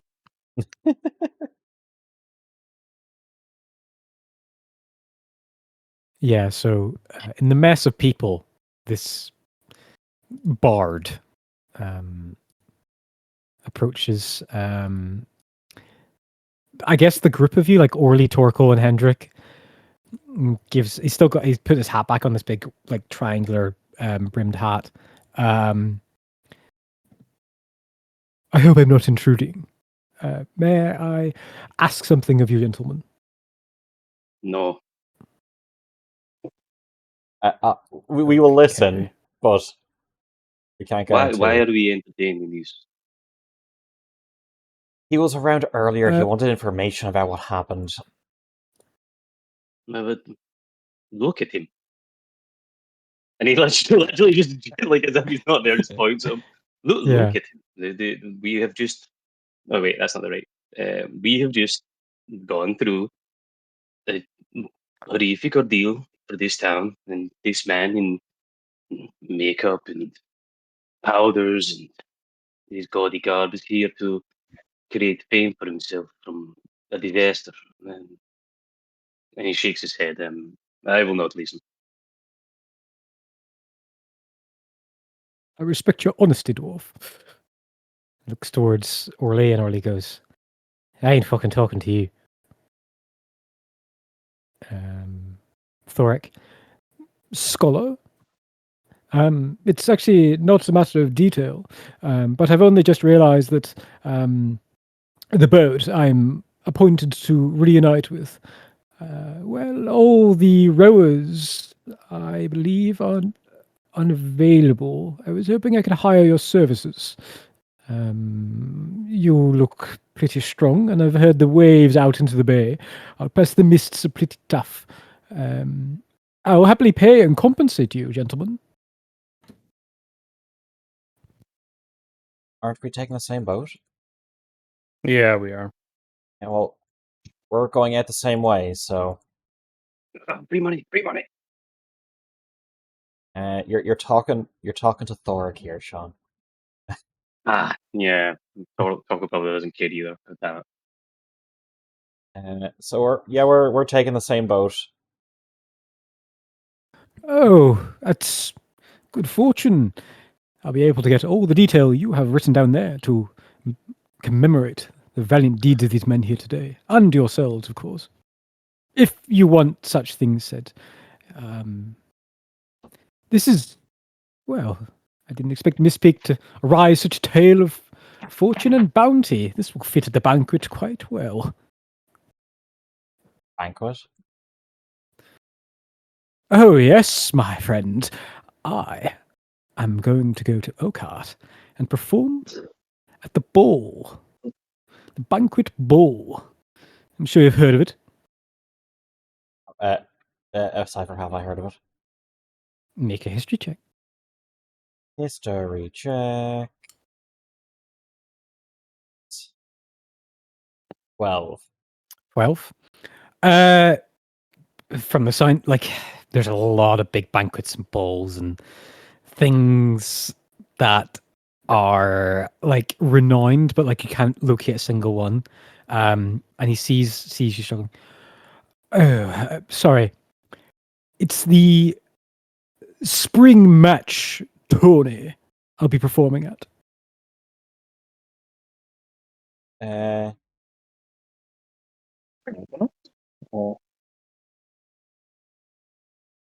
Well, I say performing. They don't know I'm coming yet, but I'll be guaranteed entry, I am sure. He's one of those sorts. I literally did not think my respect for him could get lower, and then he got a fucking shovel. Yeah. I'm gonna party craft this and take my shit films. Do you, actually, there's actually some interest. Do you happen to know which guests would be going to this particular ball? Oh, everybody and who is anybody will be going. Let's see. Well, you'll have the great families of Oakheart will be attending, obviously, and the Great House, they'll be hosting them. I'm sure you're familiar with the Great Houses of Oakheart? Some. Well, word is, Erin is finally willing to pick a suitor. So there'll be, I don't know, maybe double score of people turning up to try and ask for his hand in marriage. I see. This has Thoric very interested. Because this is probably what Justea is going to.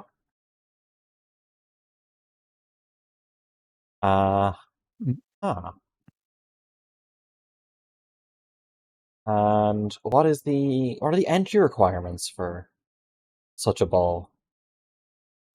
Well, to those wishing to ask for hands rather than be the desired fruits of labour, they will have to present a case of accomplishments to a committee. And if they're judged fit and competent enough, then they can take part in the 4-day tournament. And then from there, on the final evening ball, that is when they present their case or their marriage proposal to the interested party in front of everyone there, and the other person has to accept it or decline it. It's quite the interesting little soiree. Though most people by the end of it have either injured, fallen, lost interest, they don't deem it worth it to keep questing and getting hurt or risk embarrassment in the trials.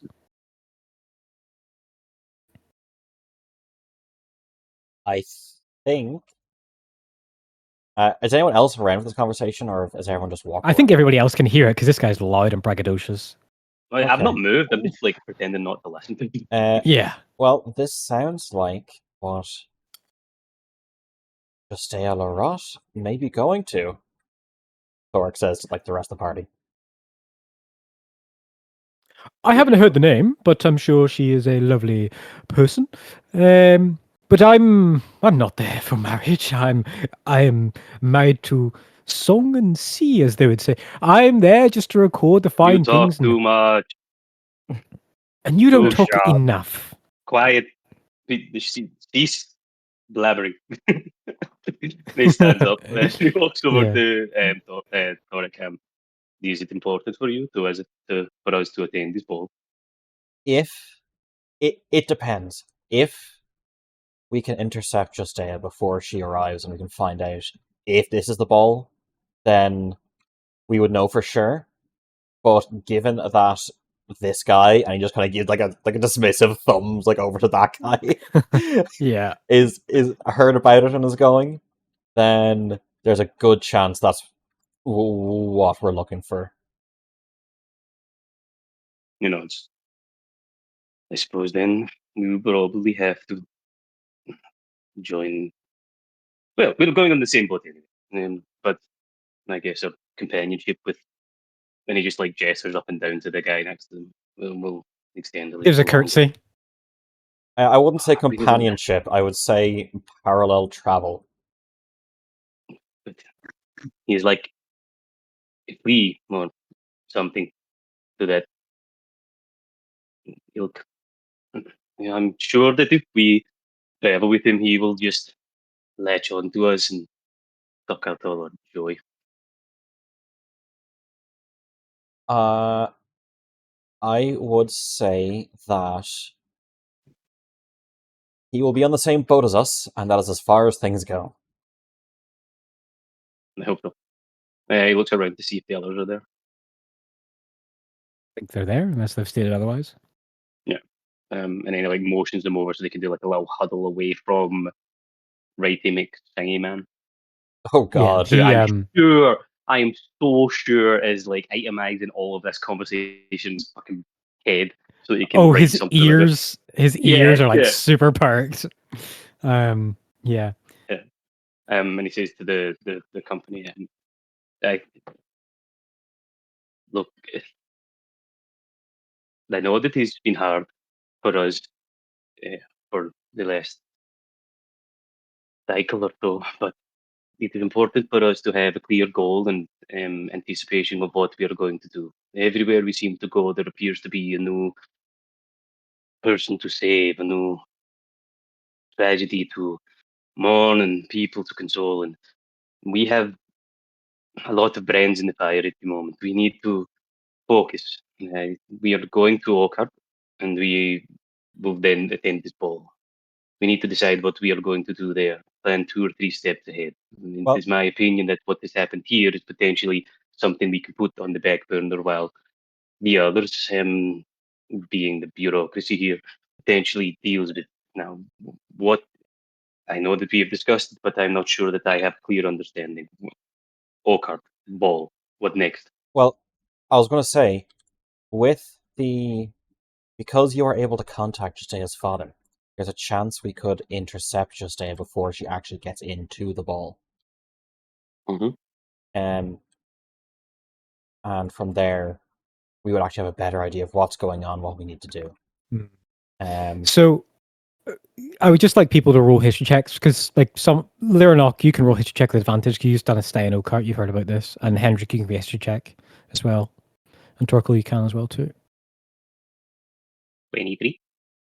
23. You remember when your father 3 years in a row was dispatched as a journalist on call to these tourneys, this spring match tournaments, and how bored he was of it, because it's not journalism, it's gossip, it's tattletalery. This isn't the big tournaments, right? No, this is separate. Okay, cool. Just wanted to double check that. Yeah, this isn't the summer tourney. This is the spring tourney, where people. So there are people who want to be. There are people who are the fanciful suitors, and then there are the people who are desired. You know, I want to ask your hand in marriage because you're rich, you're noble, whatever, or you're a high cleric, whatever it may be. And especially when in Oakart, it's so well renowned, and it's different every year, but it lasts a weekend. So there'll be an introductory dinner dance on the night, and then on the first day there'll be a tournament or a challenge or some type of display of athleticism, combat ability, artistry, something like that. Second day, same again. Third day, same again. And then on the evening of the third day is when kind of all the people who've like finished or maybe have been through the whole thing will be able to attend the final banquet and ask the people to marry them. So this is specifically for like requests for marriage and things like that. This isn't like the general glory and fame tournament. No, this is for marriage. This is like This is how people. It's a peacock display. Yeah, it's a peacock display. Yeah, and it's the biggest one and the most renowned one, and there's a couple of them that take place like in Breakwater and the capital, but the one in Oakart is special because it's like it's the super rich upper class neighborhood. And clicking with you, Torkel, with a 23, that annoying little bard said the name Erinhen. That is probably the most famous last name in the Concord, because it is the last bloodline left that is known in the Concord of one of the champions. And if one of the champions is there as not a suitor, but as like a prize, there's going to be a lot of people showing up for it and a lot of big competition. Champions? The champions were three people divinely empowered by each core principle of the pantheon. So there's a champion of society, a champion of nature, and the champion of ideals. And they fought many centuries ago at the worst time when it was the most unsettled and bitter and destructive period within the Concord's history. And the three of them basically made the Concord what it is. They kept it safe. They made cities safe and roads be able to establish and colonies able to. But they were each a champion of one certain part. And with a 23, Erinhen, the champion of ideals, was a particular, so that's like Kinos, Mina, Vela, Boldre, and Namela. And she, sorry, no, that's family. And she was the one that tricked the ancient red dragon into the vaults of Mina in an Antimantian vault and trapped it in there. So that's where she got like that, and that was that was like just about at the tail end of her life. Yeah. So that's what you get with 23. I think she's then vaguely recollect some conversations about this spring ball. It will be busy. There will be a lot of people there and a lot of doing and throwing. If we could avoid it, it might be useful, although being one of the heirs of the champions would be interesting, but I'm one for study and scholarship, not flaunting myself and talking to people that annoy me. Did you say that while glaring at the clown? The scene reaches the point they won't even look at him. I think I can't believe you found someone worse than Bill Boss. I know that like there's a general dislike of bards that most of my characters seem to have. But So- his family are like investigative journalists.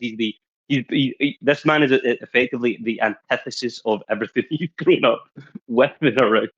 Yeah, he's the tabloid. Yeah. It's like looking at an actual physical embodiment of the sun, and the newspaper, not the. Yeah, I got that. I did get that after one brief second thought of going, wait, what? Yeah. Arias is here. But also, so just a quick decorum thing, because you guys will click on this. So, if Justea arrives before the ball and Thoric asks him to marry her, that might be quite the faux pas. If her parents have paid the dowry fee for her to be one of the, I'm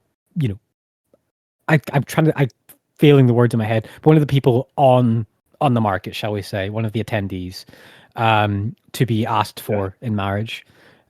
So it's likely that probably Thoric is going to have to compete in the Spring Bowl. Yep, I figured that, and I'm totally down.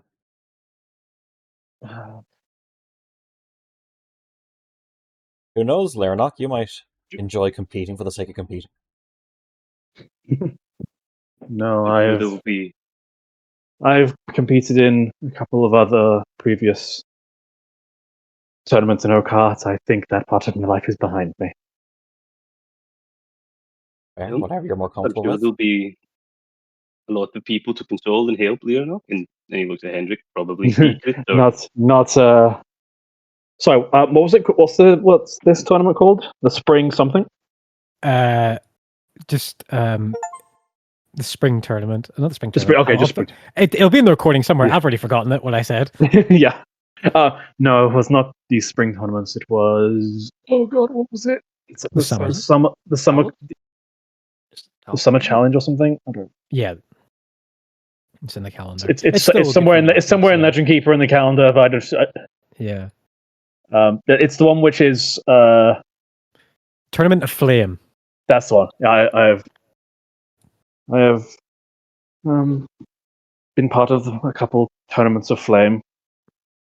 I've even won one, but I do not appreciate the challenge and the glory quite so much anymore.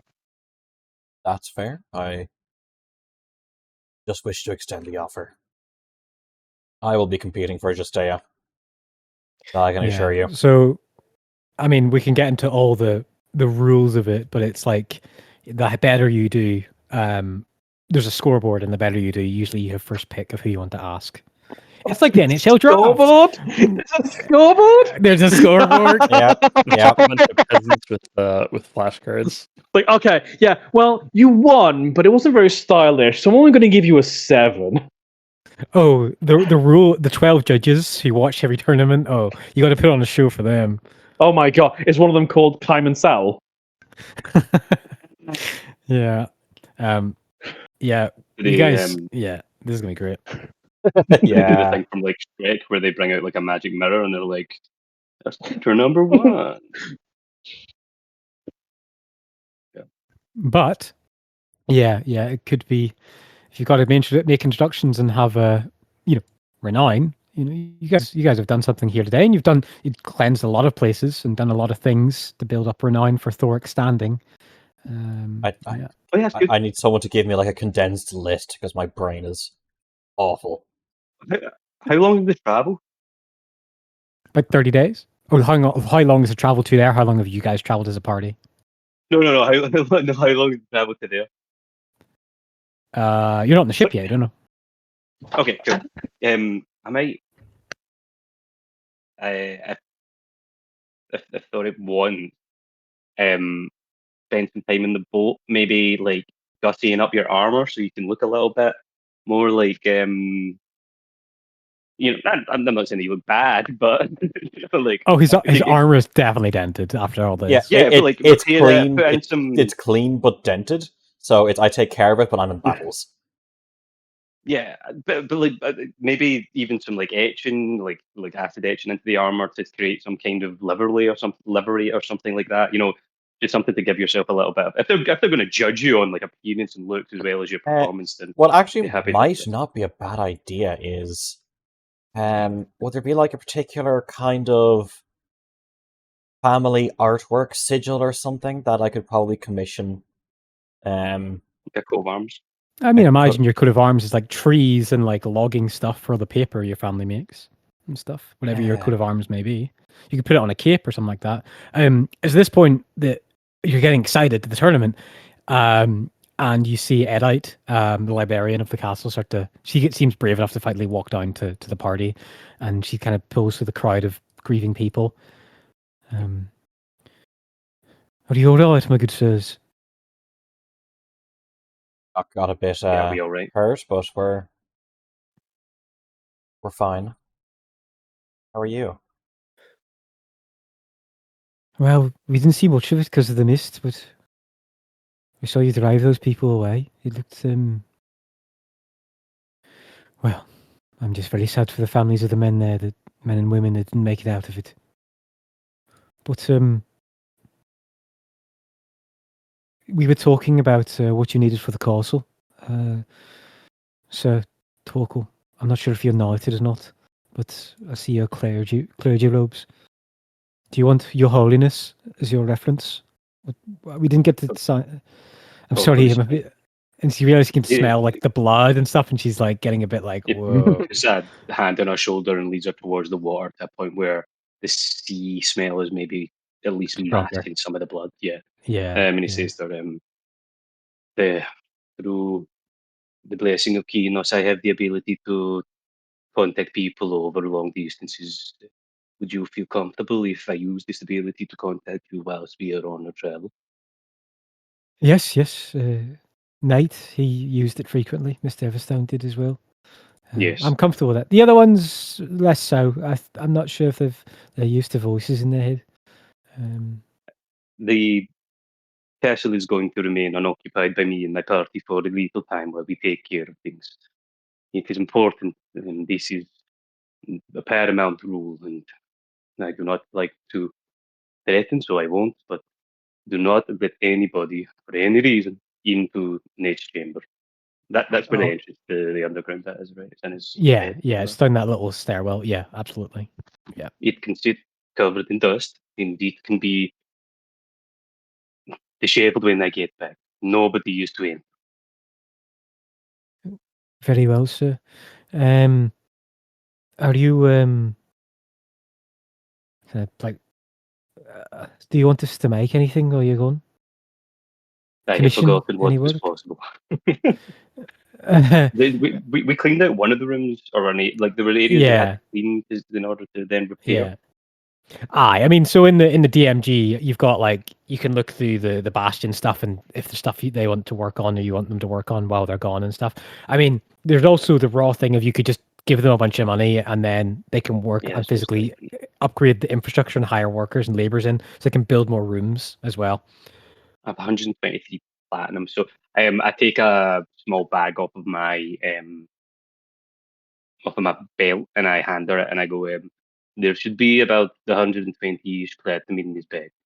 And I want general repairs all around the castle. I want the drawbridge seen to specifically make sure that it is working and that you have the ability to get in and out. At the moment for safety construction, and I keep some, maybe a third of the platinum aside, and then we will consider what we can do. But at the moment, it needs to be cleaned, it needs to be looked after, it needs to be stocked and provisioned. And you are welcome to stay there. If you wish to have people visit, this is not a problem. Permission to step in for a sec? Yep. Mainly because I want a nice round number for my gold. I give 169 gold. Nice. And I say, and this is for you and the others to treat yourselves. It seems like it's been a while since anything's happened. You're going to be starting a lot of work. So here's just a little bit for yourselves to have a good time out, buy yourself some clothes you like, get something for your home, for your living spaces, just something for you. Thank you, Duh. sir. That's very kind. That is a good idea. So again, I'll give her 168 as well. Everyone 168 just going to on top of start the- just leveling out their Well, gold. no, sorry, I give that.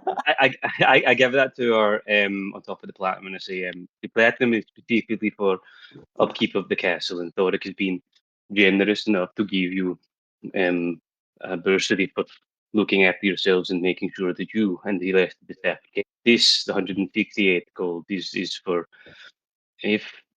if you hear while you're in town that any of the families of any of these brass shields are struggling, use of that gold what you can to make sure that they are kept food on the table, maybe clothes for the children if needed.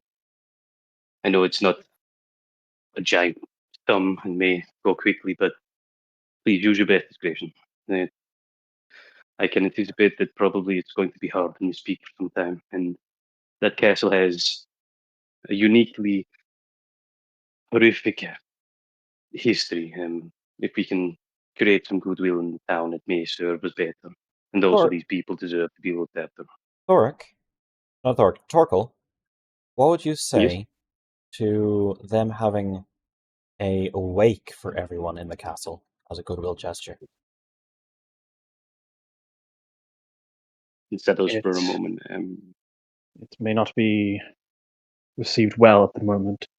That at the No. moment, that's castle still It could represents be a it great could be represent a tragedy. very bad omen, you know. Yeah, Oh, like yeah, fair. that is kind of like we're at this point. It's like two negatives and hoping it turns into a positive, which Fair. I mean, I from forgot the about time- the state of potentially could disrepair. work. I forgot about the state of it.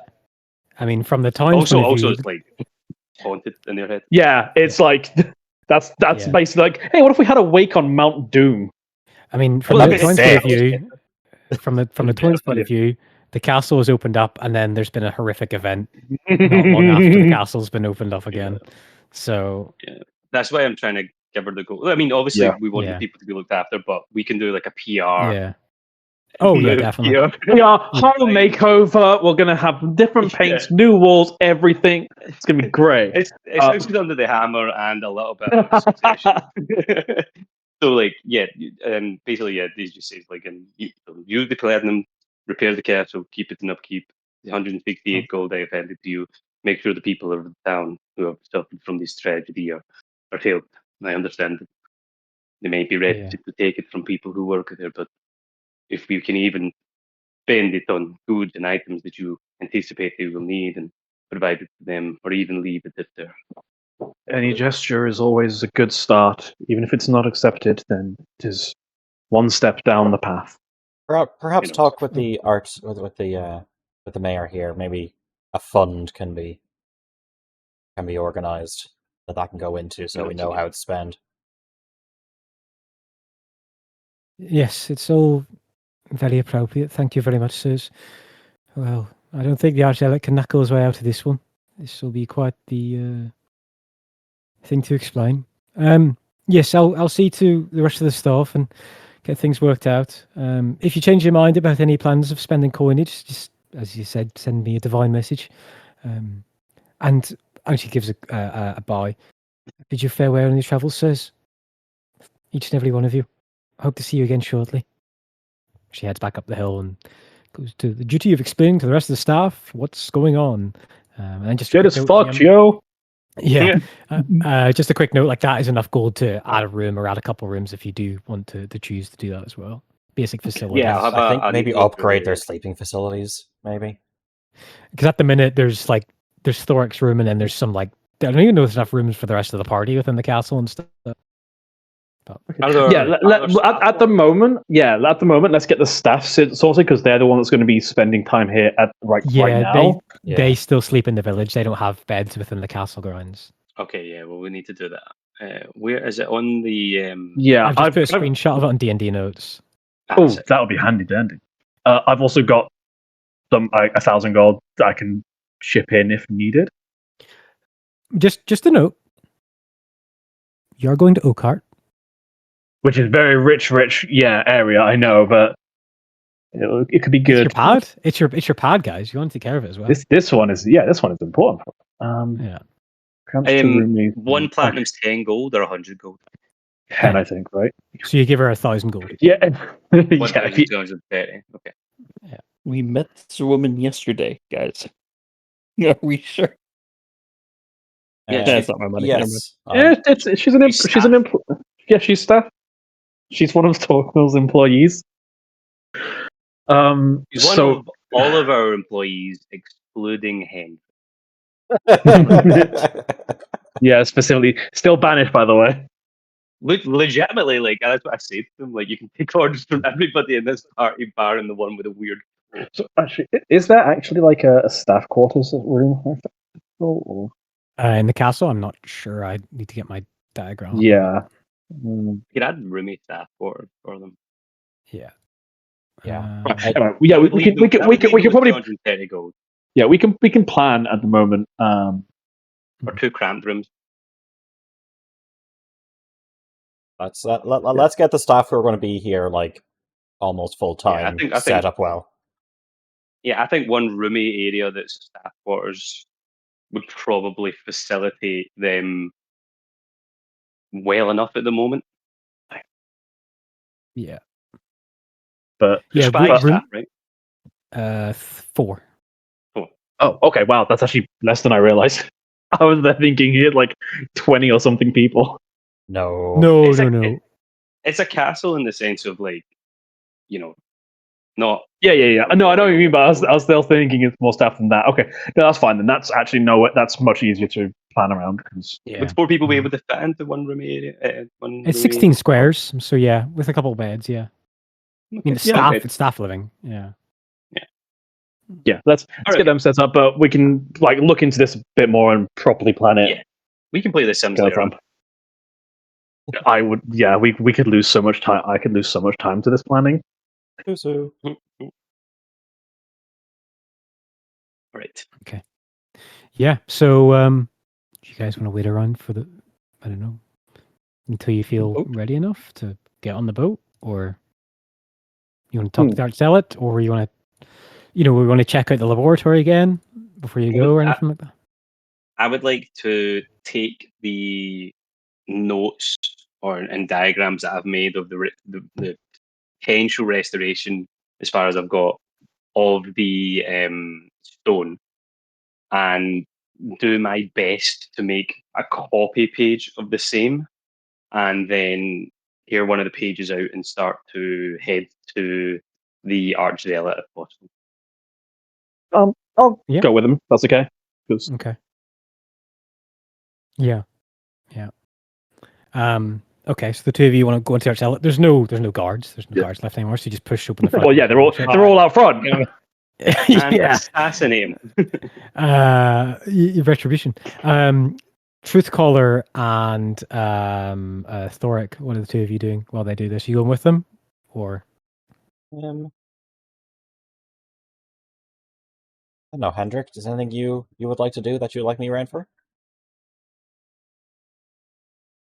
No, I'm not doing anything special. All right. Let's go ahead and take a 10-minute break there. Good end. Okay, so Lyranok and Torkel are heading into the office of the Archzealot. Again, you head in this upturned longship, an old past historical sign of the age of Misspeak itself. And you come into the office and you see on the desk a bottle of hard liquor. And you see a bunch of smashed glasses around. And the Archzealot has his cloak draped over one side chair. And he's staring at the glass. And then he takes a swing with a war mace and smashes it. And then he looks over his shoulder and sees the two of you. And then picks up another glass of liquor and smashes it with his war mace again. I found this. I found this in the barracks for the men. So one rule I had, now drinking under this roof. I went through that place trying to find something I could give to the families, and I found them breaking the one rule I had.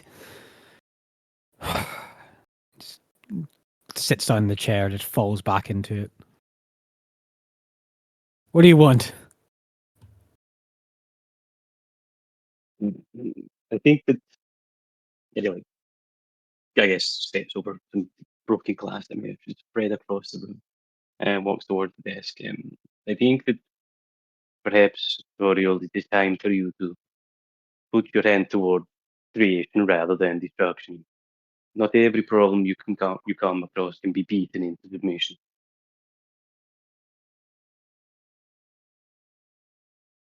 Go on. It places the paper, like one of the copies of paper, down on the table, and he says,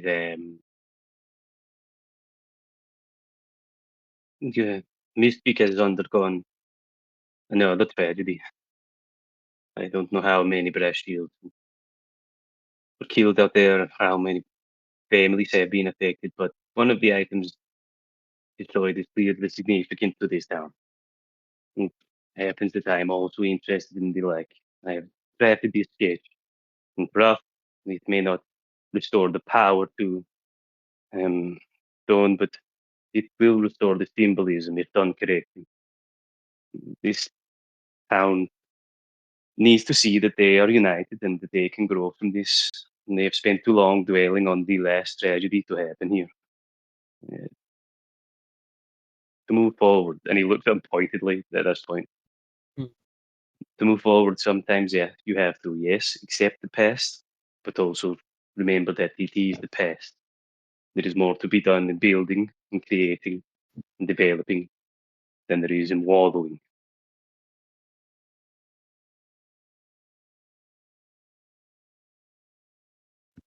You're a traveller. And he leans forward in the chair and looks towards Leonok as well.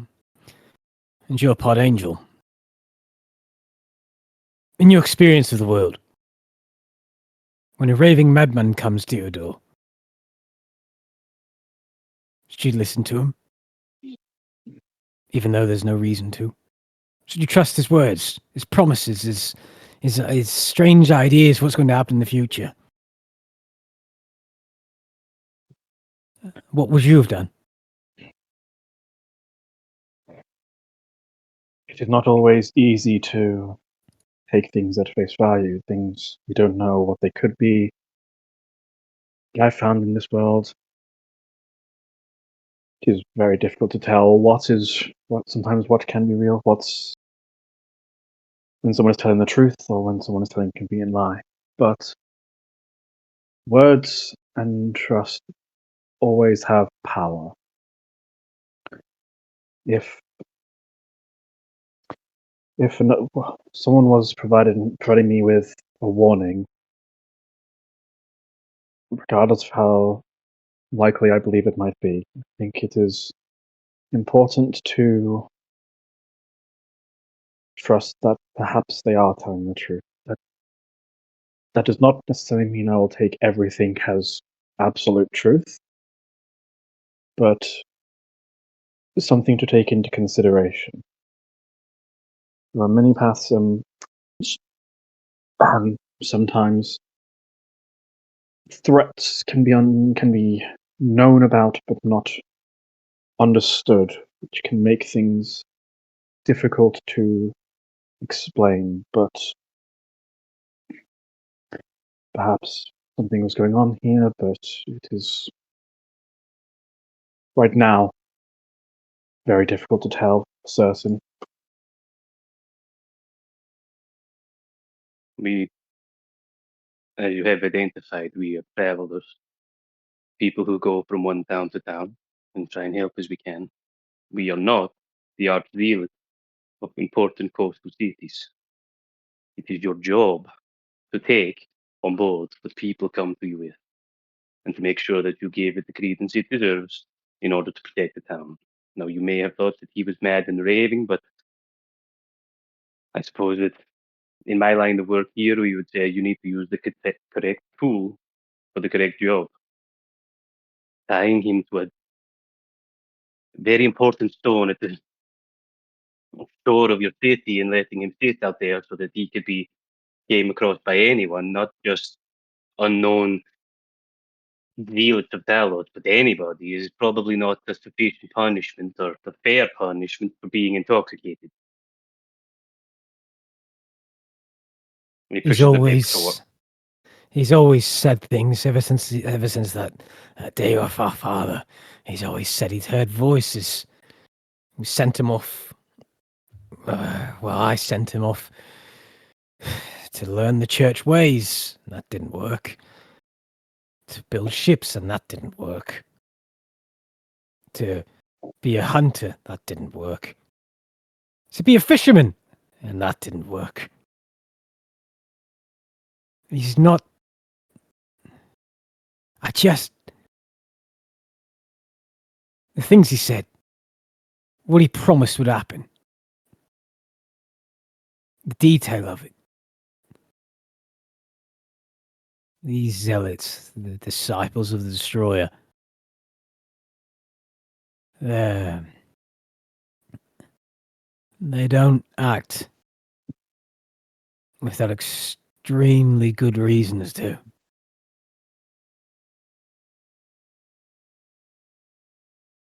I don't know what they'd want with a madman. Perhaps his ability to listen to these voices and discern information is actually the role that he is meant to serve. You have tried to make him a fisherman, part of the clergy, construct a shipwright, but maybe you're fighting the will of the gods. You have no idea what you're doing wrong, and neither do we. Your focus should be on the town, protecting it, building it, and making sure that people are kept and safe and enjoy at least whatever little part of their life they can. You're treading a dangerous path by trying to beat everything into submission, even your own brother. Bill, and he slides the paper across them. We have a boat to catch. I may be in contact with you through divine means if we need to, but I think you should reconsider. And he looks around at all the glass. That not every nail needs a hammer. Perhaps you could do something different this time. It may keep you in your position. If we hear anything about the brother or anything about these disciples of the Destroyer, I'll be in contact and we'll try and help. And if you can, if anything happens here, get word to us and we'll come back. The people from the Castillo will also be trying to hand out goods and services as much as they can, as much as they are funded to those affected by the tragedy today. If you want to do something similar, I suggest probably is a good idea. I know the times are tough here in speak, and potentially people don't have a lot of coin to spare, but food, clothing, anything that can help. Noted. Farewell, travelers. Although I have a feeling you'll make a home here. I hope we have better meetings in future. You know, unless my companion has anything left to say, I will take my leave. Why don't you go on outside? I just need a few more moments of his time. For 3 minutes. Yeah. 3 minutes of playtime. And then heads towards the door and stays busy exiting. Remember, if something is in disrepair, you have to repair it. You can't just beat it. And he moves, and he exits. Mm-hmm. Okay. Lyrnock, what do you say? I know my companion doesn't always have the most eloquent way of putting things, but he is, I believe, right in this regard. I know I am very familiar with how easy it is to come to violence as a solution, how to physically resolve things in the shortest amount of time. But in all my years, I've now realized I no longer think that is the best way forward. I know it is difficult, and I know just how difficult it is to change who you are deep down, to know that the first and instinctual response to things may not necessarily be the best way.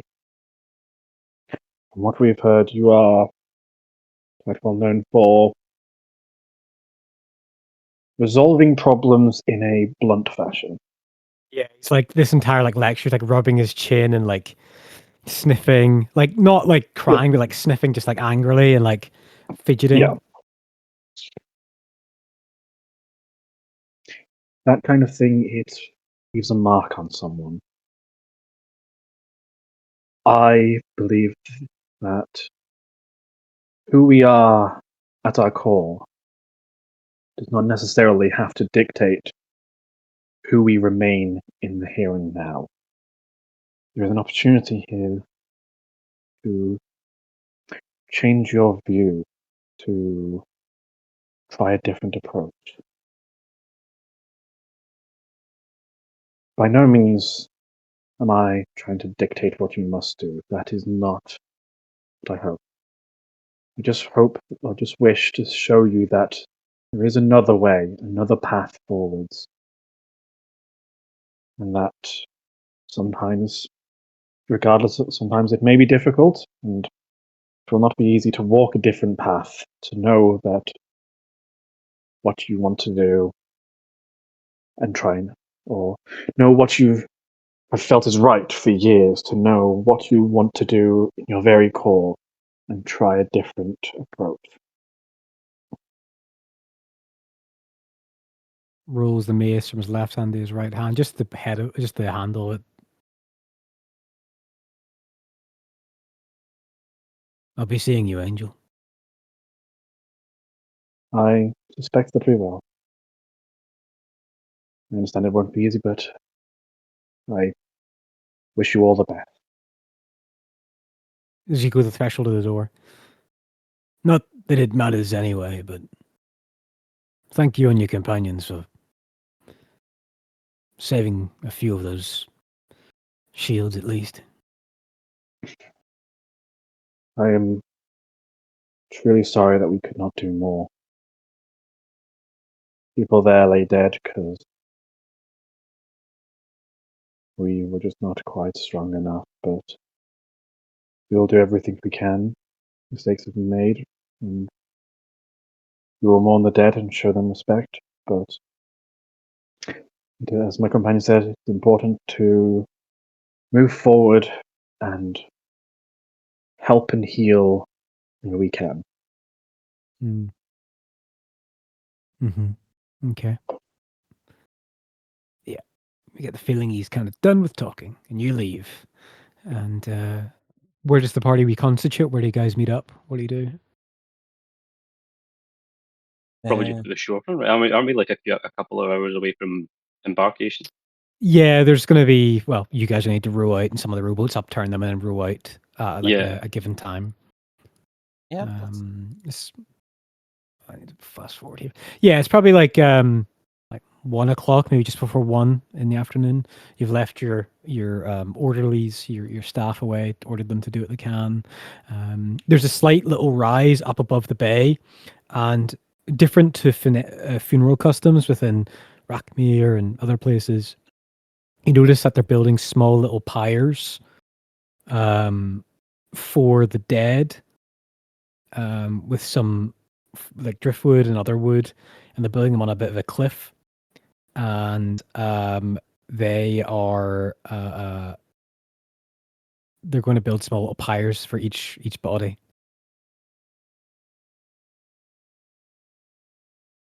So they're starting the funeral process pretty quick.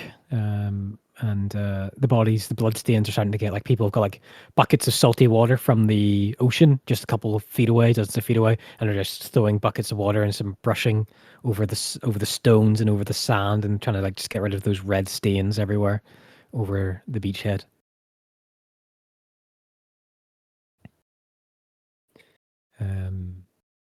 Tame makes his way towards you, Torkel. He leans right beside you where you're leaning. You're probably leaning like he's trying to find you in a moment where you're not within earshot of any of your allies. Oh, great. And he walks over to you and make an insight check for me, please. If I get it right, can I kill him? We'll see if you still want to or not. 13.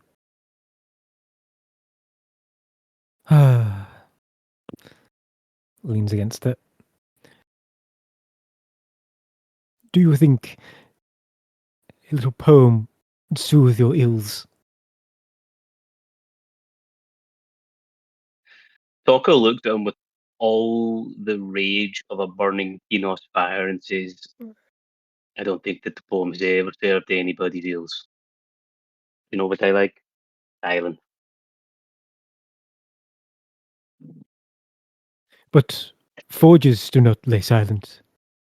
They beat and hum with heat and sweat. I've seen it for myself. In fact, I venerate Kinos just as you. But it is not weapons or armor I seek to make of a masterwork. It is of a play, a story, from start to finish. The Miller has her qualities, and so do the others, but only in Kinos' great warmth will a masterwork be achieved by me. At least that's what I pray for. Oh. Yeah, he looked at him for like the first time with interest rather than apathy or hatred. It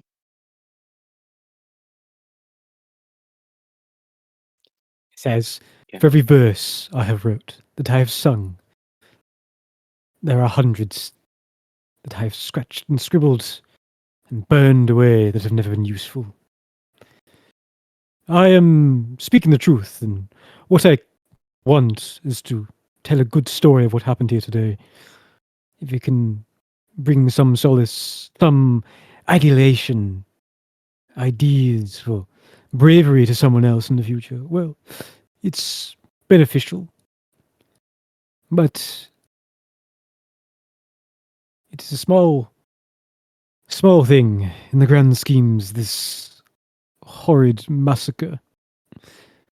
As you know yourself, we probably really only achieve one masterwork in our lives. And I don't see what happened here in front of us today as it. So I will keep searching for that one moment. I will put ink to paper and have it acted and sung and revered. You know, and he says, you know what I appreciate most, Tim, about the creations that we are blessed to make by Kinos? It doesn't feel like work, and it doesn't feel like I am creating a lot of the time. It feels more like uncovering. You take items Indeed. gifted to us by the gods and you clear them away until they show their true potential, their true meaning and power and use. Just whatever you do with any of these tales, make sure that the truth is at the heart of them. Gaudy scroll work and ostentation on the plate of armor doesn't make it a masterwork. The ability to turn aside blades and protect his wielder and ensure that they are safe. That is the key. Impervious to all damage. It could be plain as day, but if it is strong, whole, and powerful, it is masterful. These people here, they died for something they believed in. It would be a shame for the tale to run away from that. Just ordinary people trying to look after their families. It is Something that everybody, I'm sure, has experienced. And if you can get to the truth of that and write a tale about it, it may not be a masterwork, but perhaps a foundational stone building. And he pats him on the shoulder. You're not as despicable as I thought. I still don't like the poems, though. And he starts to walk off from him. Yeah. Yeah.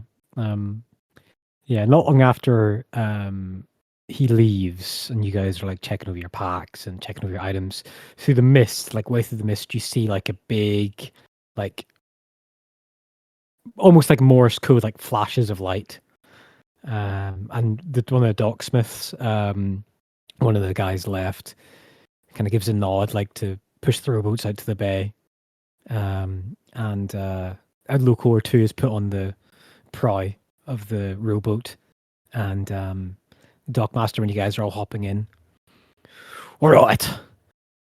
So, this boy here knows the rocks. Just follow his commands and you'll get out. Rowboats? Well, as strange as it may seem, just leave them as you get out. The sea is a fine way of guiding them back to us. Currents are good like that. We'll pick them up. Don't need anyone to row them back. Understood? Yes. Okay, so you'll hop in the boats. Probably need two on either side to row, but TM gets in. I don't think anybody else except your party and TM gets in these ships, because now people who are planning on leaving aren't anymore because the turmoil, the stress, the worries. Something has come up suddenly. Yeah. A death in the family. A death in the family, indeed. So while you guys have this eerie moment of like the paddles are in and you push off as people on the beach push you off and you push through the water, the calm kind of breaking softly salt silt in the air. You push and the mist gets thicker and thicker, and the boy at the prow goes left, right, no, keep straight for 100 feet. And you're past a few crags and a few like upturned rocks, and it's quite stressful in that unless you had this local guide to tell you which way to go, you wouldn't have a hope without beaching this thing or cracking it and bursting a hole in the bottom of the bow. So you're very glad you've got a local. And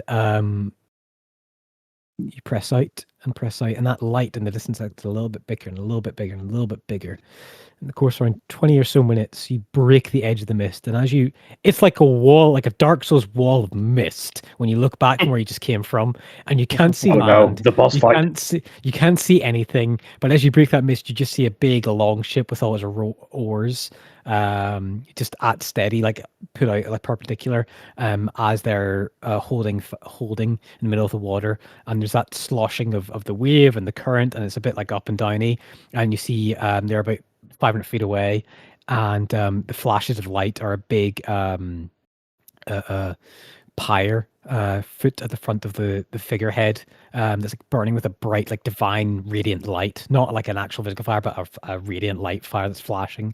And when they see you approach, the fire like kind of shuts out, and you row and you row and you row through the sea, through the water, and look past. Make a perception check for me, guys. Perception. 21. It's a perception check to see the ship's boss name. What's that, sorry? 13. 13. You look back, trying to search for anything.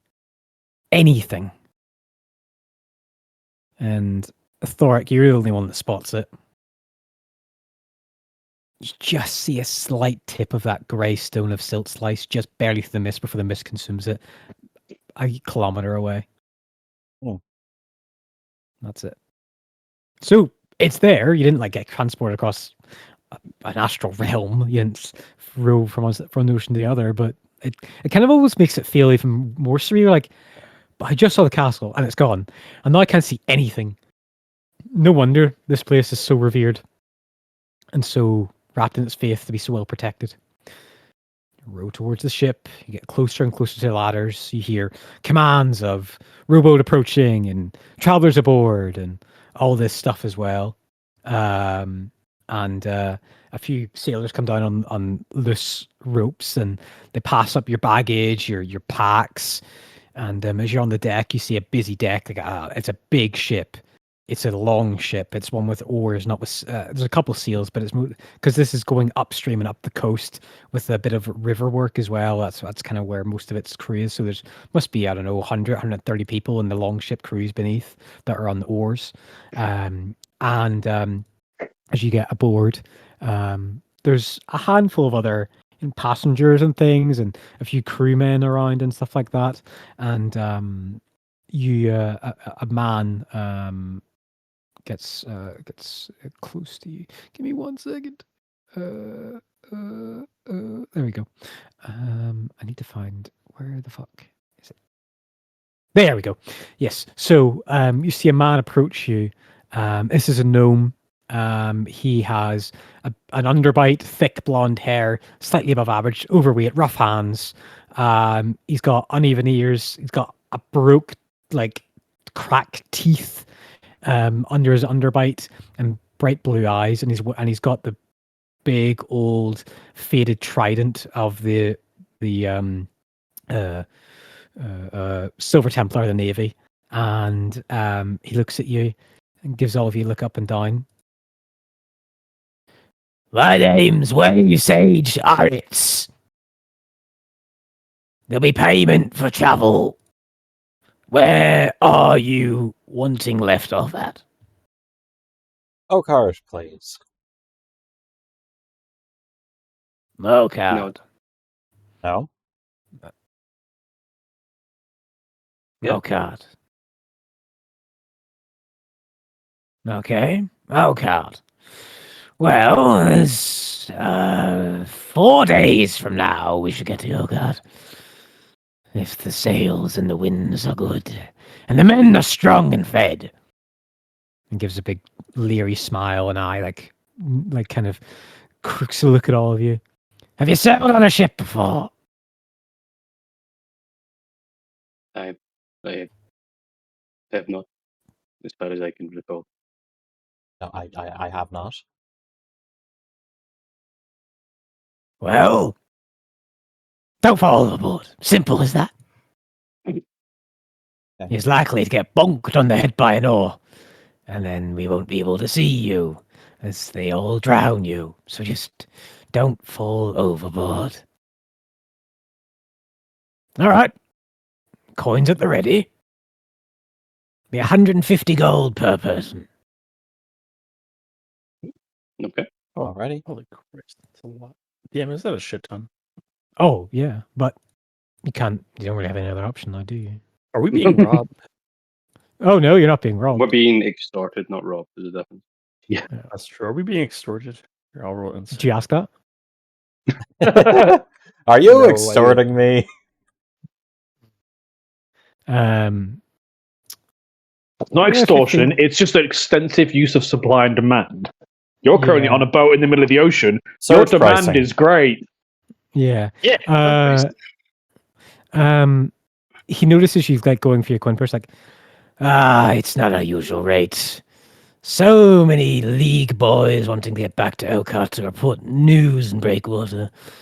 We're short-roomed. There's only one chamber left for the 5 of you. And then sees the clown coming up. And what is that thing? And stands up and goes, I don't care. Meanwhile, Torkel's immediately like, I like this man. He's extorting us, but he's an asshole. Toku says to the Wave Sage. The Wave Sage. He says, We don't know either. I assume that the people who are lodging on this have simply paid you gold and then took the rooms, but I, for one, would not like to sit idle for 4 days. I have a little ability to help potentially repair and keep the ship running as efficiently as possible. Would you take that for a discount to my party's payment? Will you all work? Can you remind me, Cypher, what is the main method of propulsion? Is it the oars or is it sail? It's the oars. Well, Thor goes, well, I'm pretty strong. I can work the oars. I didn't think you could talk. I thought it was a lizard man. Holy shit, he speaks! I just He look can around. write. He can talk. He can talk. He can sing. He is a Not lizard very man. well, but he can. I'll happy to work the oars. Okay. We'll get there in 2 days. Wind's good, but never that good. And you, truth call. You just go sit. You just go sit down. He gets a good look at your cloak. Yeah, I'll have to let the captain know we've got someone like you aboard. Go enjoy yourself. The galley's open. You gesture towards the back of the ship. There's like a little tuck shop kind of thing of like fruits and apples and some like ales and mugs. Like this is a passenger ship. This isn't just like a cargo ship. This is for I passengers. haven't and stuff. heard the fucking term tuck shop in decades. Tuck shop is so good. Reminds me of little bags of sweets. Yeah. Yeah.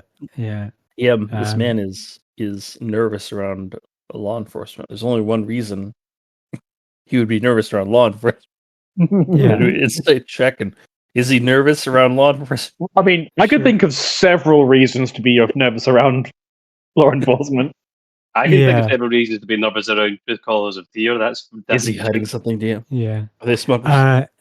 They're probably not smugglers. This man is probably just like, oh, I can't be like. When you're at sea with no cops around, you can act a certain way, but when you just call on board, you're like, shit, I can't shit, be the myself boss is anymore here. for the next 4 days. Yeah. Oh man, I gotta act like a decent person. Yeah. The man who tried to extort us may do illegal things. Whatever shall we do? It wasn't extortion. It was supply and demand. Yeah. You just don't. You just don't have a choice in your options, though. That's Yeah. extortion. Well, if you're with him, go get a drink or sort out coinage at the feast.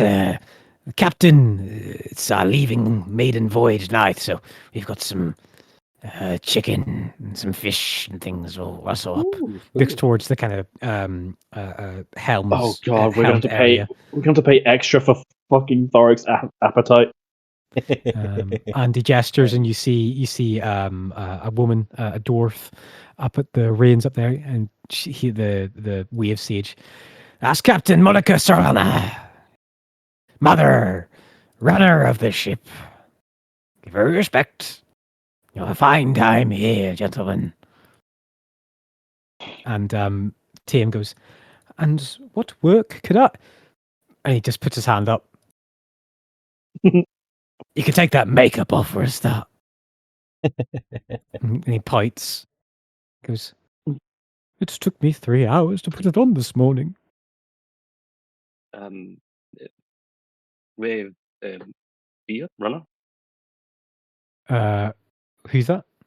The guy, the wave, The captain. Title wave. We have Sage Arits. Wave Sage Arits. Wave Sage.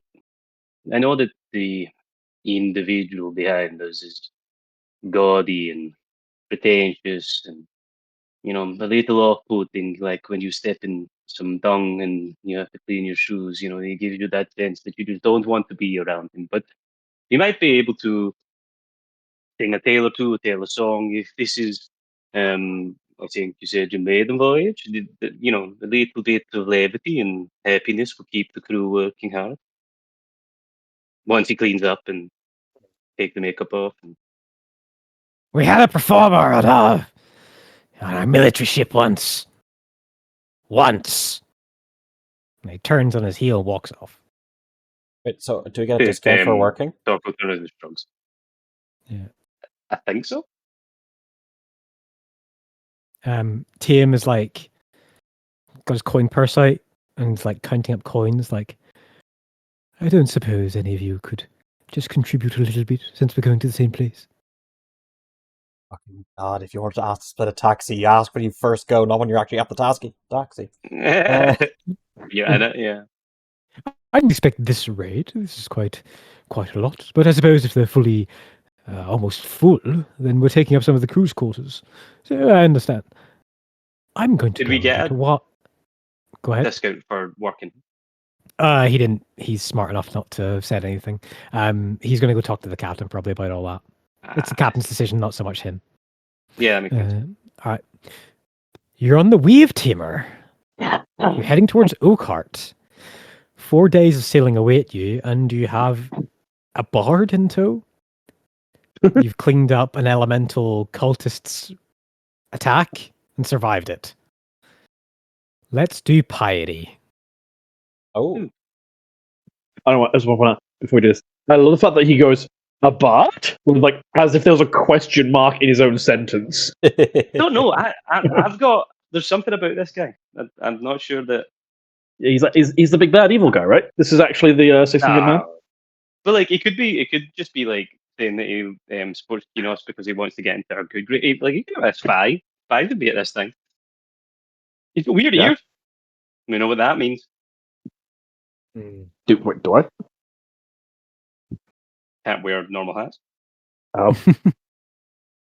No, potentially an elf. Who knows? We all know what elves are. Evil bastards. Call it now. He's Exactly. a vampire. The reason he wears thick makeup is to protect himself from the sun. I don't think that's how makeup works. It doesn't have an inherent. I mean, if you wear enough of it. It does if it's made out of unicorn tears and unicorn horn. Well, yeah, I'm of all the shit stuff that goes on in this world, I'm basically assuming that cancer has been cured because of all the divine healing. So, people probably don't give a shit about melanoma. I don't think people probably don't know what that is yet. Exactly. All right, for Kinos, piety. I don't think anything. No, I'm not sure either. For Boldre, I mean, if you kept more of them alive, but the fact that 90% of them are dead. Yeah, like the attempt was there, but losses were inevitable. When they all, when they all go, quick, everyone gank him, and then he just goes AOE. Yeah. Yeah, why didn't you stop him from doing a 6-level shatter and killing literally all of the guards in the city? God's sake. I don't have counterspell yet. Give me 2 more levels and I could maybe stop it. Rookie error. For Tyr, I'm not sure anything's just there. No, nothing. Okay. And then for Bahamut. I'm not sure. I don't think so. I think probably when it comes time to tell people about this battle, I'll give you a point pie for that, but we're not at that point yet. Okay. That was a fun session, guys. Thank you very much. Great to come back to. I really enjoyed that. It was a good one to come back to. Oh my god, Lurnog's health though. Yeah, that was nuts. Fucking Christ! They hit tough. Yeah, it's just one of those, because at the end of the day, not that many attacks got through. But when each of those attacks are hitting for 30 or something, it's just like, oh, that stings. Just about it's so funny. Where it's like, aha, I'm healed. Down. I'm like, okay, yes. Me and Sirs were laughing about how the interception to keep me unconscious with 1 hit point. I didn't know you took all the damage. I thought you took half between the two. No, no. So yeah, there's a couple of things where it's like Warning Bond as an example where you take half the damage. The Oath of Redemption is you take full damage. Nuts. Which has the very neat and niche benefit of it can help people being hit when they're unconscious, because if they take no damage, they don't fail death saves. Oh yeah. Or you can save important concentration spells as well, I guess. Mm-hmm. Yeah, if you really need to not take any damage. Yeah. Biggest. Yeah. All right. Yeah. That was great. We're playing next week. Yes. I will be around next week and definitely able to play. I may not be able to do the entire session up to 2:00 my time because we have friends in Townsend. I think we've got a booking at 3 for a nice restaurant. All right, no problems. My job has had a couple of emergency calls on the weekend because water leakage somewhere, so it might happen. I use the same lie I've been using for 5 years, that I'm very religious and good at church, so that might be able to get me out of it. Love it. Yeah. See what you know, but it can happen when it's water damage. You have to go and deal with it immediately. Yeah. See, when Tim and Torkel were speaking, and you post that meme, I had to mute my mic. I laughed so fucking hard. It was just as Amelia, as soon as he goes like, yes, I am also with your God, and you go, and Torkel's like goes, my immediate response is, they're not so different. Yeah, I didn't see that one coming, and now I'm like, my hatred for bards and that Cameron created is being conflicted with my love for creating things. I can't wait for us to come across a statue of Bill Boz somewhere. And it's a masterwork, and I have to be like, oh my god, this is amazing. Yeah, Cypher, you know what you have to do. I don't think Cameron has created a single bard that I have not despised to my soul. I can't wait until I get to be a player with you in a campaign, because I'm going to play a bard, but I'm going to play the most straight, unannoying, like normal guy ever. And then we're going to find out he's a rogue. Just so you're like, what the fuck? Why are you even playing a bard? Like, I don't know. I just play a tune. I just sing a song. I just do a dance. It's fine. Yeah. Whatever. I'm just your bard's just a guy who has like recordings of other people's music that he puts on when he's doing things. Oh, wait! Is his bard that guy who just plays the music out like at max volume in the public? Yeah, the back of the bus. That'd be hilarious. Yeah. Anyway, here's Wonderwall. No, what you do is you got to get to high level, and you can go. Anyway, here's Force Wall. What are you gonna say, Ryan? My Hendrix will pitch my character in case that he got exiled from the party or killed or whatever. I was originally going to do a ranger, but then I switched over to a bard. I have him ready, guys. So now we can't even kill you. Where's the joy? I'm working on my arrow for the accent. Tell you what, I'm very proud of you guys for keeping Hendrix still part of the party. I thought that was great. I think they just sort of forgot. I mean, not Sean, obviously. But... Yeah. He's with us just now, but there's definitely a flashpoint that will be arising at some stage. Yeah. Oh, I cannot wait for you guys to get dual cart. Oh, it's gonna be so fun. Yeah. Right, I'm gonna bounce off and me too. my entire flat. Right. See you guys later. See you guys next week. See you guys next week. Later. Thanks for hosting, Cameron. Yep, thank you. Have a good one. No problem. Bye bye.